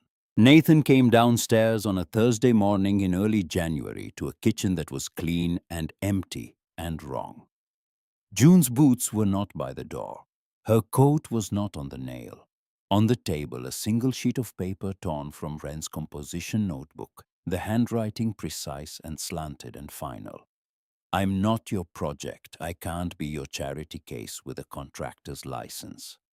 I need to figure out who I am without your house, your money, or your name above me. She had signed it with a single letter. J. Wren sat at the table with a mug of coffee. She was not drinking, her face arranged into the careful neutrality of a woman who had watched her sister leave before and knew that the only thing worse than June leaving was someone trying to stop her. Nathan did not chase her. The instinct was volcanic. Every cell in his body demanded that he get in the truck and drive until he found her and bring her back. But the part of him that understood structures knew that chasing her would be the act of a man who needed to control the outcome. And what June needed was not to be controlled. She needed to discover on her own terms whether she was coming back because she had nowhere else to go or because she had somewhere else to go and chose this place anyway. The difference mattered. It was the difference between shelter and home. Emmy came downstairs, saw the empty hooks by the door, looked at Nathan with the expression he had been dreading for 18 months, the face of a child who has just realized that another person has disappeared. Daddy, did June leave because of me? He knelt in front of her and held her arms and spoke with everything he had, which was not enough, which was never enough, but which was all he had. No, baby. She left because she needs to figure out something important about herself. Will she come back? I don't know. He did not lie. He had promised honesty as a household rule, and he would not break it to spare his daughter's feelings or his own. Emmy's chin trembled, and she pressed Sargent against her chest, and Nathan held her and felt the particular agony of a man whose ability to fix things with his hands did not extend to the one thing his daughter needed fixed. 2 weeks passed. Nathan worked, sanded, painted, hammered. Did not sit on the porch and watch the driveway, except that he did every night after Emmy was asleep in the cold January dark, listening for an engine that did not come. Emmy solved it. On the 12th night, she crept out of bed, took Nathan's phone from the nightstand with the stealth of a practiced operative, and called June's number from the bathroom with the door closed. Nathan, who was not asleep, heard the whispered conversation through the wall and did not intervene because his daughter was doing something he could not, reaching across the distance without trying to close it, offering presents without condition. The thing June needed, and the thing Nathan's pride and fear prevented him from providing. Emmy's voice barely above a breath. Daddy pretends he's okay, but he's not. He sits on the porch every night and watches the driveway. Whatever June said in response, Nathan could not hear. But Emmy climbed back into bed with the phone still warm and whispered before sleep took her the 6 words that restructured the next 3 months of Nathan's life. She said she'll be here Saturday. Saturday arrived with the first frost of the new year, the kind of Oregon morning that turned the fields silver and the sky into a sheet of hammered steel. Nathan was on the porch at 7 with a mug of coffee he was not tasting when the old truck, not the Range Rover, which sat unused since autumn, but the work truck he had bought in April, appeared at the end of the driveway. June drove it. She had taken it when she left, and he had not reported it missing, because reporting it would have been an act of severance, and he was not ready for severing. She parked, climbed out, stood in the frost-covered yard with her duffel bag over one shoulder and her face raw from 2 weeks of whatever she had been doing.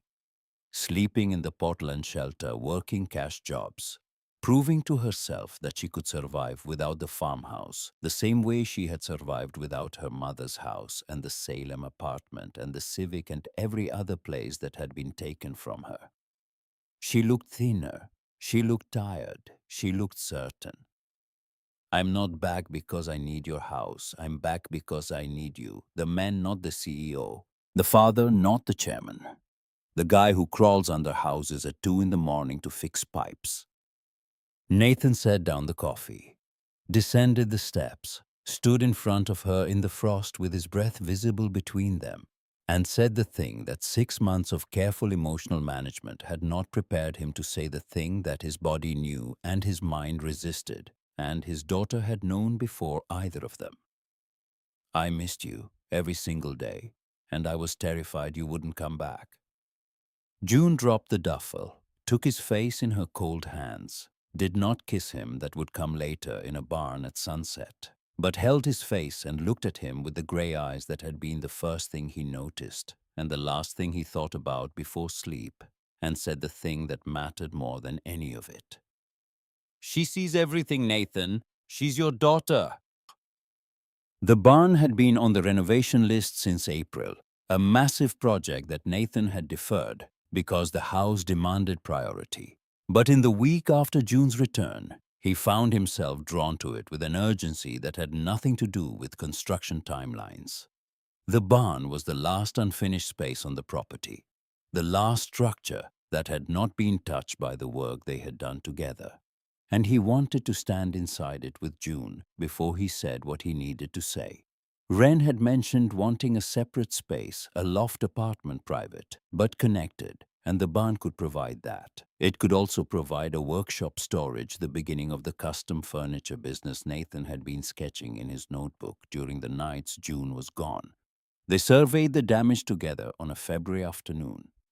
The sun low and amber through the holes in the collapsed roof dust motes, turning the light into something holy. Half the rafters were gone. The support beams were suspect. It would need to be nearly rebuilt. June stood beside him in the wreckage, looking up at the sky through the broken roof, and said nothing for a long time. Then she turned to him, and the barrier she had spent weeks reinforcing the wall between what she felt and what she allowed herself to want was gone. Not demolished, dissolved. As if whatever she had proven to herself during 2 weeks in Portland had given her permission to stop proving and start choosing. Nathan kissed her in the ruined barn with the sunset painting, everything gold and amber. And it was not the kiss of a man reclaiming something lost, but of a man discovering something new, and the difference was important because Claire was not being replaced.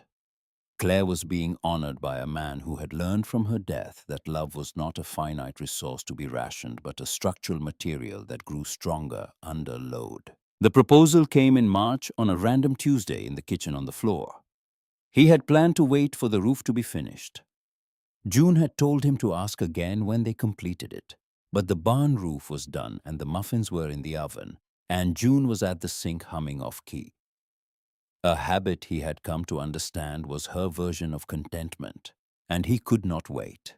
The ring was simple gold with 3 stone sapphire for Emmy, emerald for June, diamond between them. And Emmy had accompanied him to the jeweler in McMinnville and kept the secret for 2 weeks, which she later described as the hardest thing she had ever done. Harder than losing a tooth, harder than long division. He knelt on the kitchen floor, and June turned from the sink with soap on her hands and disbelief on her face, and he said the words that had been building since the night she stood in his entrance hall, with a cast-iron skillet, and the kind of courage that did not announce itself. I didn't find love again. Love found me disguised as a stranger with a cast-iron pan in my kitchen. June pulled him to his feet and kissed him, and they were both crying and laughing. And then Emmy was there screaming with joy, and Wren appeared from her room, with the expression of a woman who had been expecting this for months and was primarily relieved that it had finally happened, so she could stop pretending she did not know. Finally. The barn was finished in April of the second year, and Wren moved her belongings into the loft apartment on a Saturday morning that smelled of sawdust and fresh paint, and the particular sweetness of Oregon in early spring, when the apple trees along the northern fence line decided simultaneously to bloom. The loft had large windows facing west over the property, a small deck barely wide enough for a chair and a coffee mug, A kitchenette they had built from salvaged cabinets and a countertop Nathan had milled from a Douglas fir that had fallen across the driveway in January. It was modest by any standard, except the one that mattered. It was hers entirely, the first space Wren Harwell had occupied alone since before her mother's diagnosis. And when she set her composition notebook on the desk by the window and lined up her pencils in the order she preferred, June stood in the doorway and cried with the silent thoroughness of a woman who understood that her sister was not leaving, but arriving. They carried boxes together, the three of them, while Emmy supervised from the barn floor, with the authority of a project manager twice her age directing traffic and evaluating furniture placement with opinions she delivered as facts. The desk goes by the window because Wren needs light for her spreadsheets. The bookshelf goes against the east wall because morning sun damages covers. The rug, a braided oval June had found at an estate sale, goes in the center because every home needs something soft to stand on when the floor is cold. Wren stood in the finished space and turned slowly, taking inventory of a life she had assembled from wreckage and will. The desk, the books, the laptop where she was completing her landscape design coursework, the framed photograph of Helen Harwell that sat on the nightstand, their mother thin and smiling, taken 6 months before the diagnosis when smiling was still something the body did without being asked. The wedding preparations began the following week with the organized intensity of a military campaign directed by 3 women who had discovered through a year of rebuilding a house together that their combined logistical capacity could probably manage a medium-sized invasion. Darla Bergman appointed herself decoration chair and arrived with swatches, ribbon samples, and a binder she had apparently been maintaining since the engagement announcement, which she presented to June with the cheerful aggression of a woman who considered other people's weddings a collaborative sport. June accepted the binder, examined its contents with the same careful assessment she applied to building permits and load calculations, and approved roughly 60% of Darla's suggestions, while redirecting the remainder with the diplomacy that Nathan, who had watched her negotiate with plumbing supply vendors, recognized as her professional voice. Hank Bergman agreed to officiate after obtaining ordination through an online ministry that charged $12 and required nothing beyond a name and an email address. He approached this responsibility with the gravity he brought to everything. Reading 3 books on wedding ceremony structure, practicing his remarks in the barn when he thought no one could hear, and asking Nathan twice whether he was certain he wanted a man whose longest public speech to date had been a safety briefing about fall protection harnesses. Nathan told him there was no one else. Hank nodded once the nod that meant the matter was settled and would not be revisited, and went back to practicing. Emmy's role as flower girl consumed her with the operational seriousness of a CEO preparing for an EPO. She developed a training regimen for the petal toss that involved practicing her walk in the backyard every evening after homework, adjusting her pace, her arm angle, her distribution pattern, providing Nathan with daily progress reports that included performance metrics she had invented. She also announced that she required a specific dress white with flowers embroidered on the hem, and June found it at a consignment shop in Salem. For $11, altered the hem herself on the sewing machine Darla had loaned them, and presented it to Emmy in a moment of such ordinary domestic tenderness that Nathan, watching from the kitchen doorway, had to leave the room. Vivian arrived from Seattle on the Thursday before the wedding, driving the same silver Lexus, but wearing for the first time in any of their experience something that was not a suit. She emerged from the car in a linen blouse and dark jeans and flat shoes, her hair down around her shoulders instead of pinned into its usual architectural precision. And the transformation was so complete that Emmy, who had been waiting on the porch, studied her for 3 full seconds before committing to recognition. "Aunt Vivian, you look like a person." Vivian absorbed this with a composure that was not the old boardroom composure, but something newer and more fragile. The composure of a woman learning to be seen without her armor and discovering that visibility did not automatically lead to destruction. She had visited 4 times since December. Each visit had been a negotiation between the woman she had been and the woman she was trying to become, the first stiff and formal Vivian sitting upright in the living room, delivering conversation as if it were a quarterly report. The second punctuated by an expensive gift that June declined with the careful firmness of someone establishing a boundary that she knew would need to be established more than once. The third, a breakthrough of sorts. Vivian and Wren spending 2 hours at the kitchen table dissecting the household budget with the shared intensity of two women who expressed care through numbers and found in the columns and calculations a language they both spoke fluently.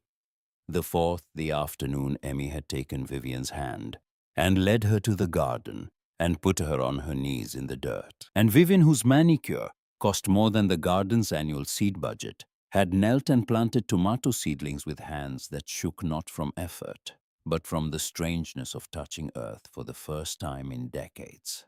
Now she brought flowers from a Seattle florist arranged in boxes with the tissue paper precision of a woman who did not yet trust herself to bring anything that did not come with a receipt. June accepted the flowers, declined the offer to cover wedding expenses. Vivian's mouth opened to insist, and then closed, and Nathan watched the internal negotiation play across her face, the lifelong reflex to solve problems with money colliding with the newer, harder understanding that what her nieces needed from her could not be purchased.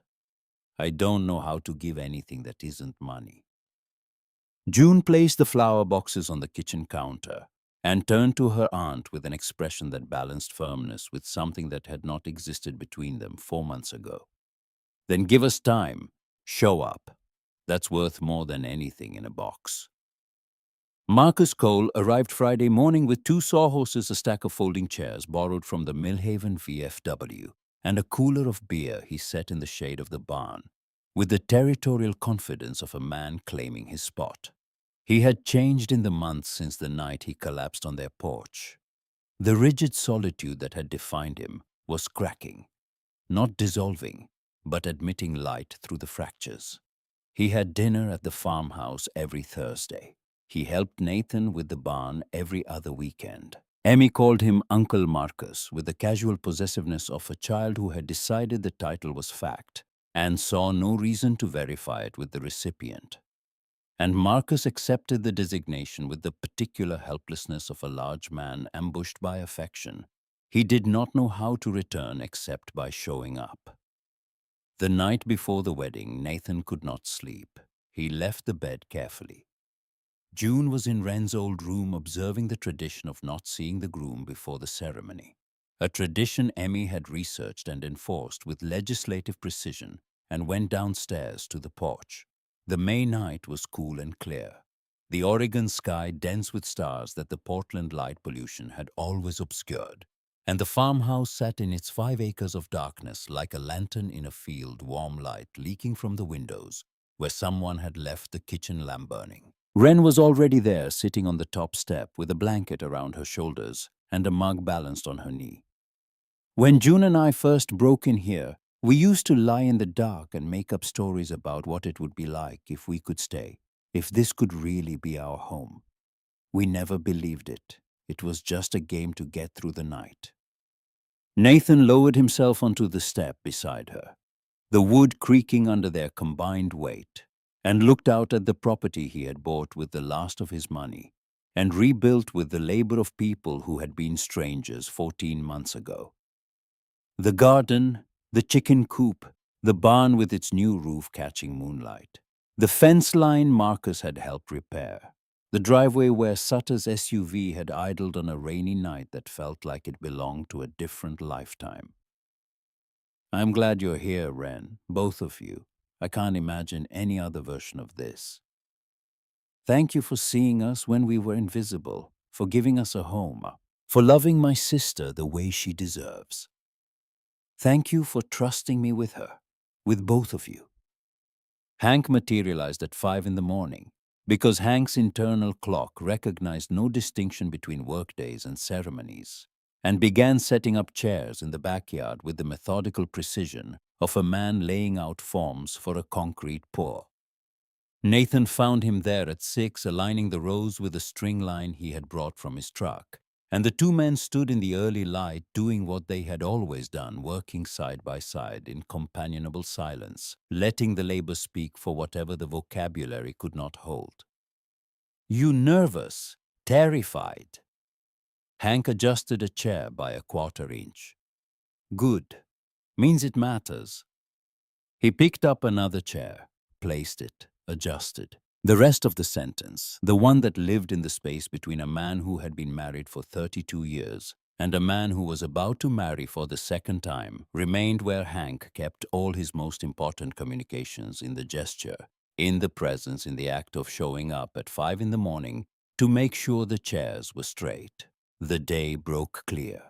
Oregon granted them the kind of spring morning that existed to be borrowed by people making promises, blue sky, mild air, the apple trees dropping petals that landed on the chairs and the grass and the shoulders of the 25 people who gathered in the backyard of a farmhouse that had been condemned by nature and redeemed by stubbornness. June came across the grass with Wren beside her, and Nathan forgot the words he had spent a month writing, forgot the sequence Hank had coached him through, forgot his own name for a span of 3 heartbeats, because June Harwell was walking toward him in a white dress from a consignment shop in Salem, with her dark hair loose around her shoulders and her gray eyes holding his with an intensity that made the distance between them feel like something physical he needed to cross.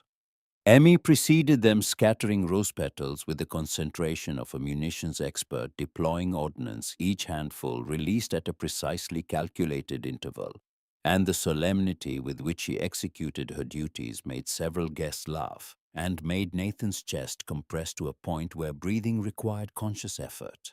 Hank spoke briefly and well, surprising no one more than himself. He talked about foundations, the literal kind, the ones he and Nathan had poured together over 2 decades, and the other kind, the ones that held up the parts of life that concrete could not reach. He talked about the house behind them, which had been empty and broken and waiting, and the people inside it who had been the same. He did not talk about Claire, because Nathan had asked him not to. Not because Claire was absent from the moment, but because she was so present in it that naming her felt redundant. She was in Emmy's face in the garden. She would have loved in the fact that Nathan was standing in a yard in Millhaven, Oregon, about to marry a woman he had met because he kept a promise to his dying wife. Nathan's vows were the words he had written and rewritten 12 times on the backs of lumber receipts and napkins from the diner in town. "I promise to build with you. Not buildings I've done that, and buildings don't keep you warm at 3 in the morning when the pipes burst. I promise to build the thing that doesn't have a blueprint. The thing we're making up as we go. I promise to stay when staying is hard and to come back when I'm the one who leaves.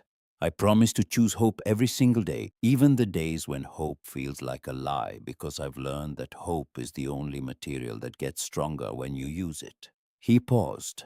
The backyard was silent except for the apple trees dropping petals, and Emmy breathing beside him with the controlled intensity of someone determined not to cry until she was ready. "I didn't find love again. Love found me disguised as a stranger with a cast iron pan in my kitchen, and I will spend the rest of my life being grateful I didn't call the police."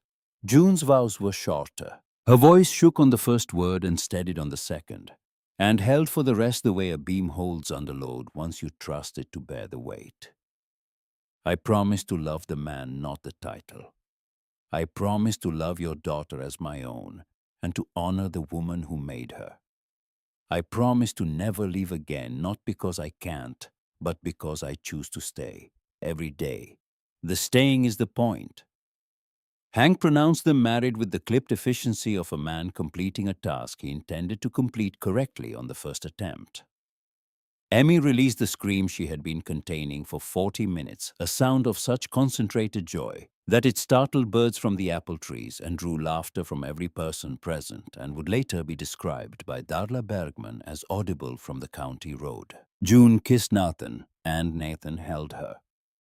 And the 25 people in the backyard of the farmhouse applauded a marriage between a former CEO who had lost everything and a former squatter who had built everything, and a child who had brought them together, by offering to share.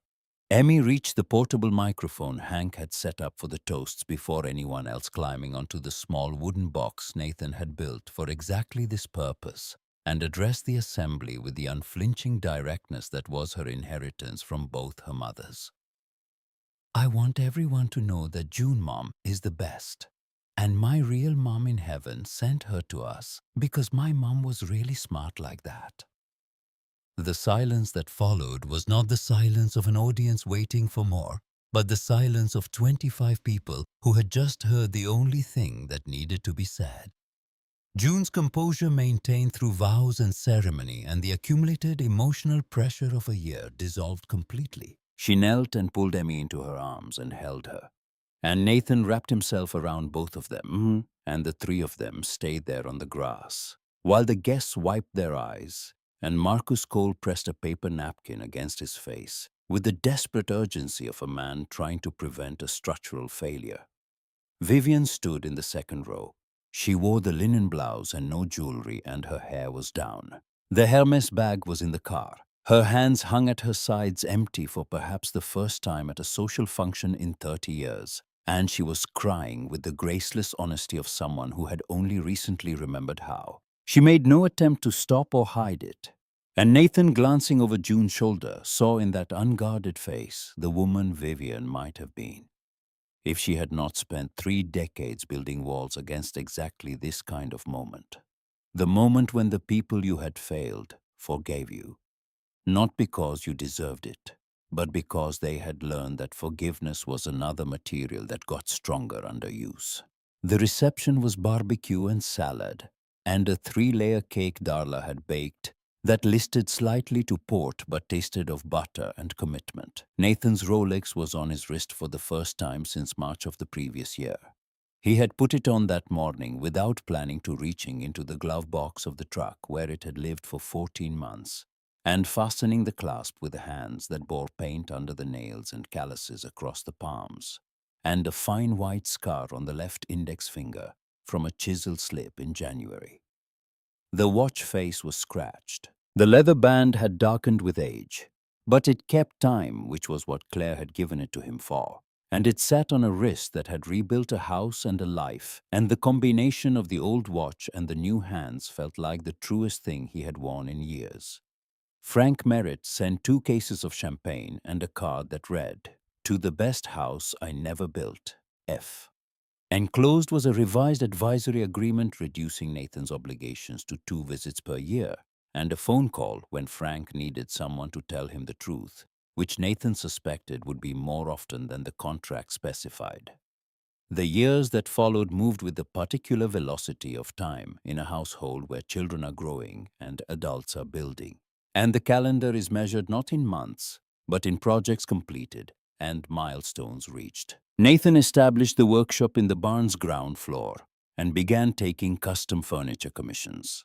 Tables, cabinets, bookshelves, pieces built from reclaimed wood with the joinery techniques he had learned as an apprentice and refined through decades of understanding how materials wanted to behave. His reputation spread through word of mouth, the oldest and most reliable distribution network in rural Oregon. And by the 3rd year, the workshop was generating enough income to supplement the quarterly dividends and cover the property taxes, and leave something over for the account Wren managed with the fierce attention of a woman who never intended to be surprised by poverty again. June completed the contractor licensing program in December of the 2nd year, passing the examination on her first attempt with a score that the program director described as unusually high. For someone without a 4-year degree, a compliment. June accepted with the complicated expression of a woman who understood that the qualification was both a validation of her skills and a reminder that the system measured competence through channels she had been denied. She filed the paperwork for June Harwell restoration on a Tuesday in January of the 3rd year, and the first client came through a referral that arrived from the last source she would have predicted, Vivian Tate, who had a colleague in Seattle with a property in the Willamette Valley that needed structural restoration, and who made the introduction with the studied casualness of a woman pretending that connecting her formerly homeless niece with a paying client was not one of the most significant acts of her life. The irony was not lost on Nathan. The woman who had arrived with lawyers and threats was now sending business. And the irony was not lost on Vivian either. On one of her monthly visits, standing in the kitchen washing dishes because June had cooked, and the household rule was that the cook did not clean, Vivian paused with her hands in the soapy water and looked at the framed contractor's license June had hung by the back door and said nothing for a long time. The silence contained an apology she would never fully articulate because Vivian Tate's emotional vocabulary was still under construction. But the apology was there, load-bearing and permanent, and Nathan saw June see it and nod, and the nod was enough. Ren and Nora happened in the third year quietly, the way good things sometimes do when the people involved have been through enough noise. Nora was a veterinary technician at the clinic in McMinnville, steady, practical, with the calm competence of someone whose professional life involved managing creatures that could not tell you where it hurt. She moved into the barn loft on a Sunday in September, and Wren, who had spent 2 years building a space she could occupy alone, discovered that solitude and loneliness were different structures entirely, and that the former could be renovated to accommodate a second person without losing its integrity. James arrived in the spring of the third year, announced by a doctor in Portland and welcomed by a household that expanded to fit him with the organic ease of a building designed for flexibility. They named him for Claire's father, James Edward Calder, a name that honored the woman whose death had started the chain of events that led to this house, this family, this life that none of them had planned, and all of them had built. He had June's gray eyes and Nathan's stubborn chin, and a cry that could wake every person in the house and the barn, simultaneously a capability he exercised at 2-hour intervals for the first 3 months, with the relentless consistency of an alarm system that could not be deactivated. Emmy held him with the fierce protectiveness of an older sister who had waited years for a sibling and intended to execute the role with the same operational excellence she brought to everything. She was 9 that spring, long-legged and serious-eyed, thriving in school, with grades that satisfied her teachers and artwork that covered the refrigerator in layers 3 deep. She drew houses, always with smoke from the chimney, and figures in front, the number of figures increasing as the household grew, each one labeled in her careful handwriting with a name and a role. She drew Claire too in the sky, surrounded by the kind of clouds that children draw when they want heaven to look comfortable, and the inclusion was neither morbid nor sad but matter of fact. Claire was part of the family present in the architecture, even if she could not be present at the table.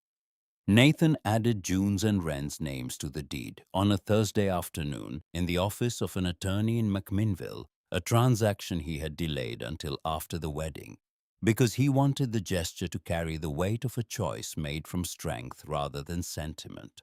The attorney reviewed the documents, raised an eyebrow at the 3-way split, and asked the question. Attorneys are paid to ask. "You're certain about this, Mr. Calder, equal shares?" Wren had initially resisted sitting in the attorney's waiting room, with her jaw set in the configuration Nathan recognized as her negotiating position. "That's your investment. Your money built that house. It's our sweat. Yours, mine, June's. Every board we replaced, every pipe we fitted, every coat of paint, you were there. This property isn't an investment. It's a record of work, and the work belongs to all of us." Wren signed with a hand that trembled once and then steadied, and Nathan watched the pen move across the page and understood that he was witnessing something more significant than a property transfer.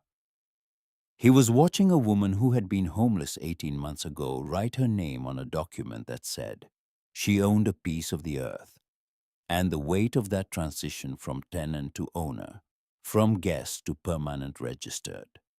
In the way she held the pen after signing, not releasing it immediately, but keeping it in her hand as if the act of holding the instrument of her own permanence was something she needed to feel for an extra second before she could believe it. Vivian's transformation continued across the monthly visits, each one a small renovation of the self she had constructed over 30 years of solitary success.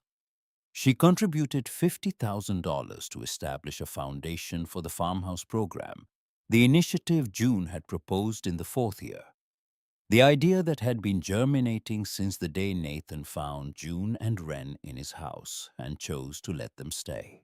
The old Mercer farmhouse, the original structure at the edge of the property, still stood battered empty since Nathan moved everyone into the main house, waiting with the patience of a building that had already been through this once before.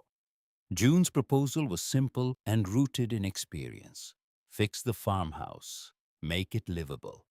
Offer it to people in crisis, the same kind of people June and Wren had been, the same kind of person Nathan had been, though his crisis wore a different suit. Screen carefully, set terms, 6 months per resident. Contribute what you can. Be honest, respect that you are part of a community. The same rules Nathan had established in March of the first year, codified and extended a system built from the blueprint of their own rescue. Vivian wrote the check with the same controlled precision she brought to everything. But the context had changed. She sat at the kitchen table, not the living room chair by the window where she had delivered her ultimatum. She wore jeans and a sweater, not a suit. The Hermes bag was in the car.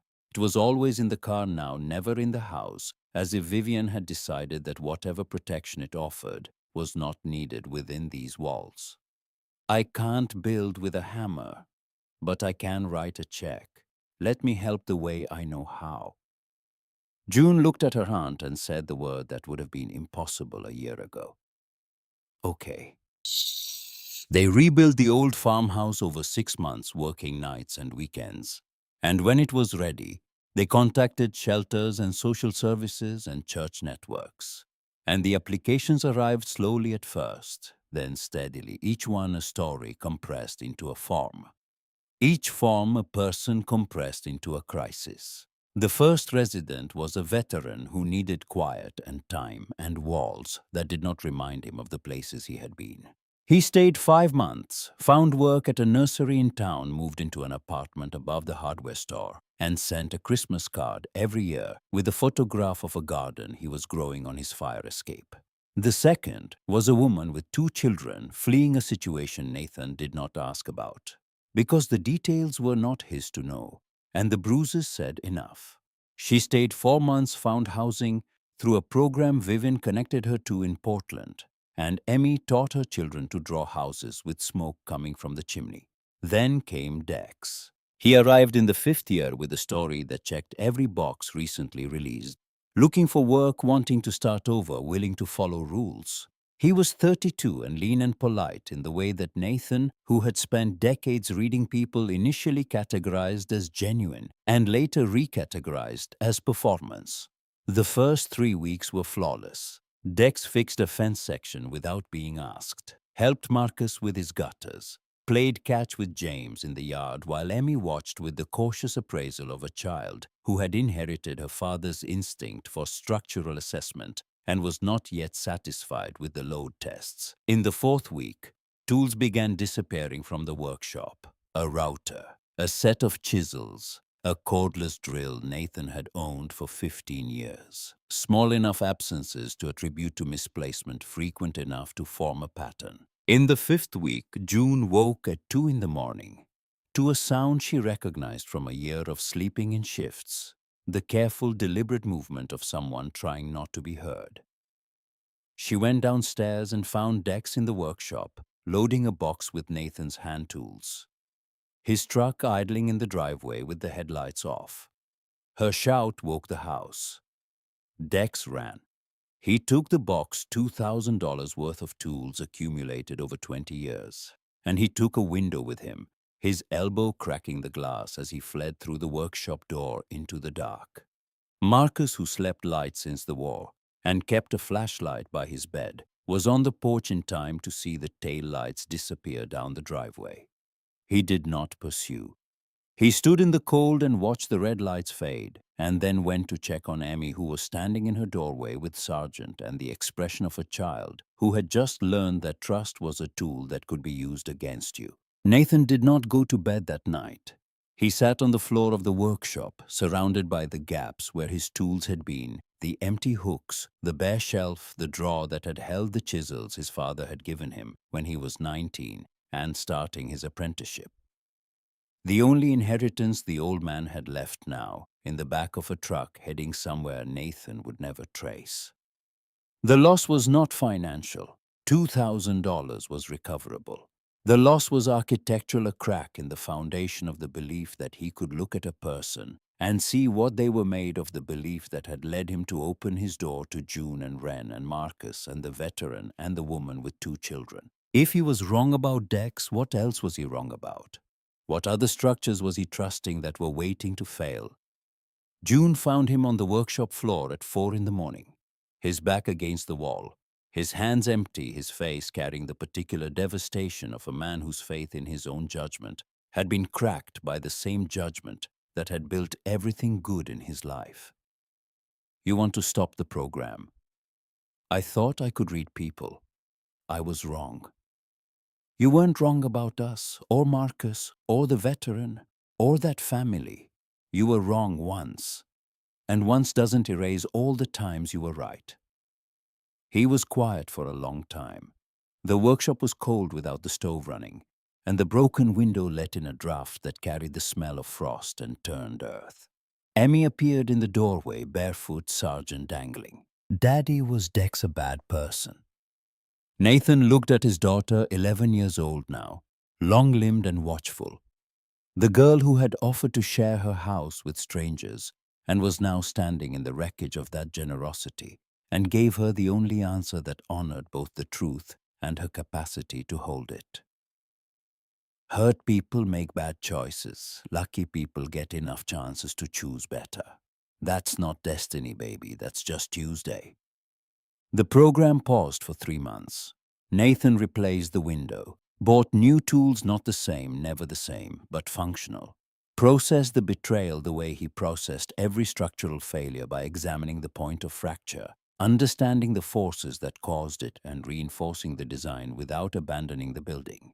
Vivian contributed additional foundation funds. Ren developed a more rigorous screening protocol. Marcus installed motion sensor lights around the workshop and the farmhouse, a contribution he made without discussion.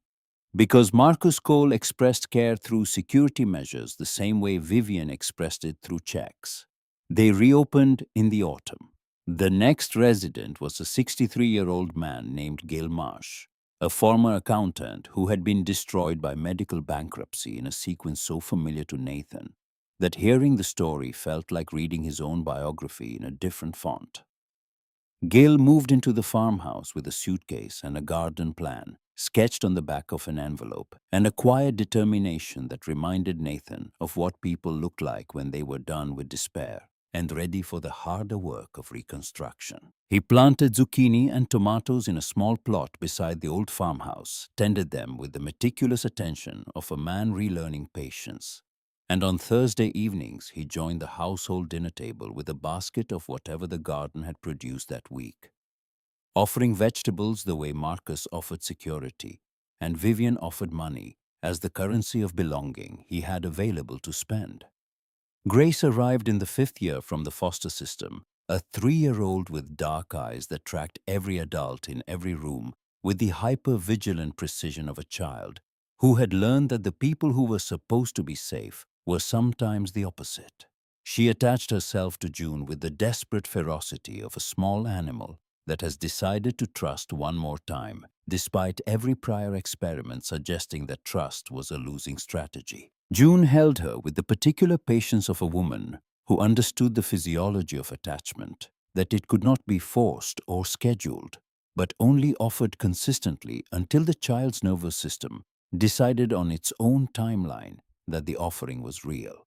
Emmy 11 appointed herself Grace's translator and advocate with the same operational seriousness she had brought to every role the household had assigned her. "She'll trust us when she's ready, June, Mom. We just have to keep being here." The letter surfaced in the seventh year in the basement in the tin box Nathan had found on his first day in the house and placed back on the shelf without fully examining its contents. Emmy was 12 now. Tall, serious, artistic, her drawings filling sketchbooks that lined her bedroom shelf like volumes in a library of the family's visual history. She had gone to the basement looking for materials for a school project on local history and had pulled the Mercer tin from the shelf and opened it, and beneath the photographs of the man who had lived in this house before them, beneath the faded images of another widower and another child in front of the same porch, she found an envelope that was not old but relatively new. The paper still white, the handwriting achingly familiar. She brought it upstairs and placed it on the kitchen table in front of Nathan without a word, because Emmy at 12 had developed the instinct to let significant objects speak for themselves. The envelope was addressed to no one. The handwriting was Claire's. Nathan recognized it the way he recognized his own heartbeat, not by analysis, but by the cellular knowledge of a body that had lived alongside that handwriting for 15 years, had read it on grocery lists and birthday cards, and the notes she left in his lunchbox when he was working sites, and she was working the ICU, and they communicated through scraps of paper left in the spaces between their separate exhaustions. He had put it in the tin himself, he realized, during the move. He had found it among Claire's papers, a sealed envelope with no name, and placed it in the only container that felt appropriate, the tin that held the history of another man who had lived in this house with his grief. And then he had forgotten about it. The way you forget things that are too heavy to carry and too precious to discard, so you set them down in a dark place and let time decide when you are ready. He opened it at the kitchen table with June beside him, and Emmy watching, and Sargent on the shelf above the stove, where he had retired to a position of honor after Emmy decided she no longer needed him at night, but was not ready to let him leave the house. Claire's handwriting, Claire's words. Claire, who had been an ICU nurse for 12 years and had written discharge instructions for dying patients, and knew exactly how to compose a letter that would arrive at the moment it was needed, even if that moment was 7 years after the writer had stopped breathing. Nathan, I'm writing this because I know you. You'll shut down. You'll use the company, the money, the control to pretend you're fine. Don't. Emmy needs a house full of laughter, not a penthouse full of silence. Love again. That's not betrayal, that's living. Love is not a chain, it's a door. Open it. Claire. P.S. Sell the Rolex. Buy something made of wood. Nathan laughed through tears that fell onto the paper and blurred the ink of the postscript, because Claire had known him well enough to predict the watch and the wood, and the precise intersection of stubbornness and grief that would define the years after her death. He had not sold the Rolex, but he had built the something made of wood. The house, the barn, the workshop, the furniture, the garden beds, the chicken coop, the porch railing. The entire physical infrastructure of a life assembled from lumber and nails, and the labor of people who had found each other, because a dying woman told her husband to open the door. June read the letter, held it against her chest, looked at the man she had married with the gray eyes that had been the first thing he noticed and was still the thing he saw when he closed his own. She really was something. Yeah, she would have liked you. I wish I could have known her. You do, through Emmy, every day. The rain began in October of the 7th year, the way it always began in Oregon, not gradually but completely, as if someone had turned a valve and the sky had opened, with the businesslike efficiency of a system designed to deliver maximum water in minimum time. Nathan drove back to the farmhouse on an afternoon that smelled of wet earth and wood smoke. The truck windshield, a constant negotiation between the wipers and the downpour. And in the back seat, Emmy sat with James, 3 years old and asleep in his car seat, with the boneless surrender of a toddler who had worn himself out at the park, and Grace 5 drawing on the fogged window with her finger shapes that might have been houses or might have been hearts, or might have been the private symbology of a child who was still deciding what the world looked like when you trusted it. They turned onto the driveway. Through the rain, the farmhouse materialized the way it always did. 2 stories of white clapboard repainted, re-roofed solid in every joint and beam. The porch straight, the windows clear. The garden beds put to sleep for winter, under a mulch of straw and leaves. And from the chimney, a thin column of smoke rising into the grey sky and dissolving. "Daddy, there's smoke." Emmy's voice from the back seat, the same words she had spoken on a March afternoon 6 years ago when smoke meant strangers and strangers meant danger. And the house at the end of the driveway held nothing but uncertainty and a woman with a cast-iron pan. Nathan smiled. The smile came from a place he had not known existed in March of the first year. A place that had been built brick by a woman who welded flue pipes, and a woman who kept budgets in composition notebooks, and a child who offered to share, and a neighbor who traded hostility for belonging, and an aunt who traded armor for dirt under her fingernails, and a foreman who showed up at 5 in the morning to make sure the chairs were straight. "That's just dinner, baby. Let's go home." They walked through the rain to the porch, Nathan carrying James, Emmy holding Grace's hand, and pushed open the front door to the warmth and noise of a house fully occupied. June was in the kitchen singing off-key, the habit he had fallen in love with. The sound that meant she was content stirring something on the stove that smelled of garlic and rosemary. Wren and Nora were setting the table in the barn apartment, visible through the window, their silhouettes moving in the synchronized choreography of 2 people who had learned each other's rhythms. Marcus came through the back door with a basket of winter squash from his garden, more than he could use, which was always his excuse, and never the real reason he came, the real reason being that a man who had sat alone for 4 years had discovered that the cure for solitude was a 12-person dinner table. Vivian's Lexus was in the driveway, but Vivian was not in the Lexus. She was in the kitchen garden, kneeling in the rain beside Grace, showing her how to plant herb seedlings in the window boxes June had built. Her hair was down. Her hands were muddy. She wore a flannel shirt that belonged to Wren. The Hermes bag was in the car where it always was, now an artifact of a former self that Vivian kept. Not because she needed it, but because letting go of everything at once was too much. And she had learned from Nathan, from June, from Emmy, from a house that had been rebuilt one board at a time, that transformation did not require demolition, only patience and the willingness to keep working. Gil Marsh appeared on the path from the old farmhouse carrying a basket of vegetables from his garden, his face wearing the cautious optimism of a man who had a second job interview next week and was allowing himself for the first time in 2 years to imagine a future that included a paycheck and a lease with his own name on it. Wren had set the table for 12. Nathan sat down. On his wrist, the Rolex face, scratched, band worn, still keeping time. His hands bore the accumulated evidence of 7 years of building paint under the nails. A scar from the chisel calluses across the palms, the particular strength that came not from a gym, but from lifting lumber and driving nails and holding his children and reaching for his wife in the dark. Claire had given him the watch to mark time. June had given him the reason to fill it. Emmy had taught him that every minute counted. June slid into the chair beside him. Under the table, her hand found his rough, warm certain. The same hand that had held a cast-iron skillet on a rainy night 6 years ago.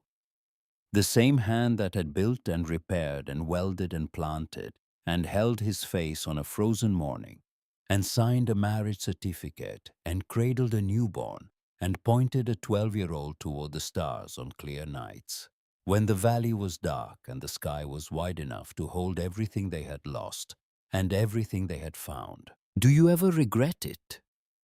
Nathan looked around the table. Emmy, 12, explaining something to Grace with the patient authority of a child who had been raised by 4 adults and a bear.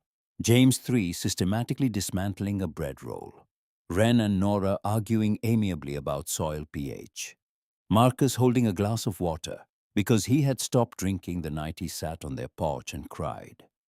Vivian, her manicure, ruined her defenses down, passing a dish to Gilmarsh, with the tentative grace of a woman still learning the mechanics of generosity. The old farmhouse glowing at the edge of the property, waiting for the next person who would need it. Outside, the rain fell. Inside, the house was warm. Smoke rose from the chimney, not the signal of a stranger, but the signature of a home. Not for a second, not ever,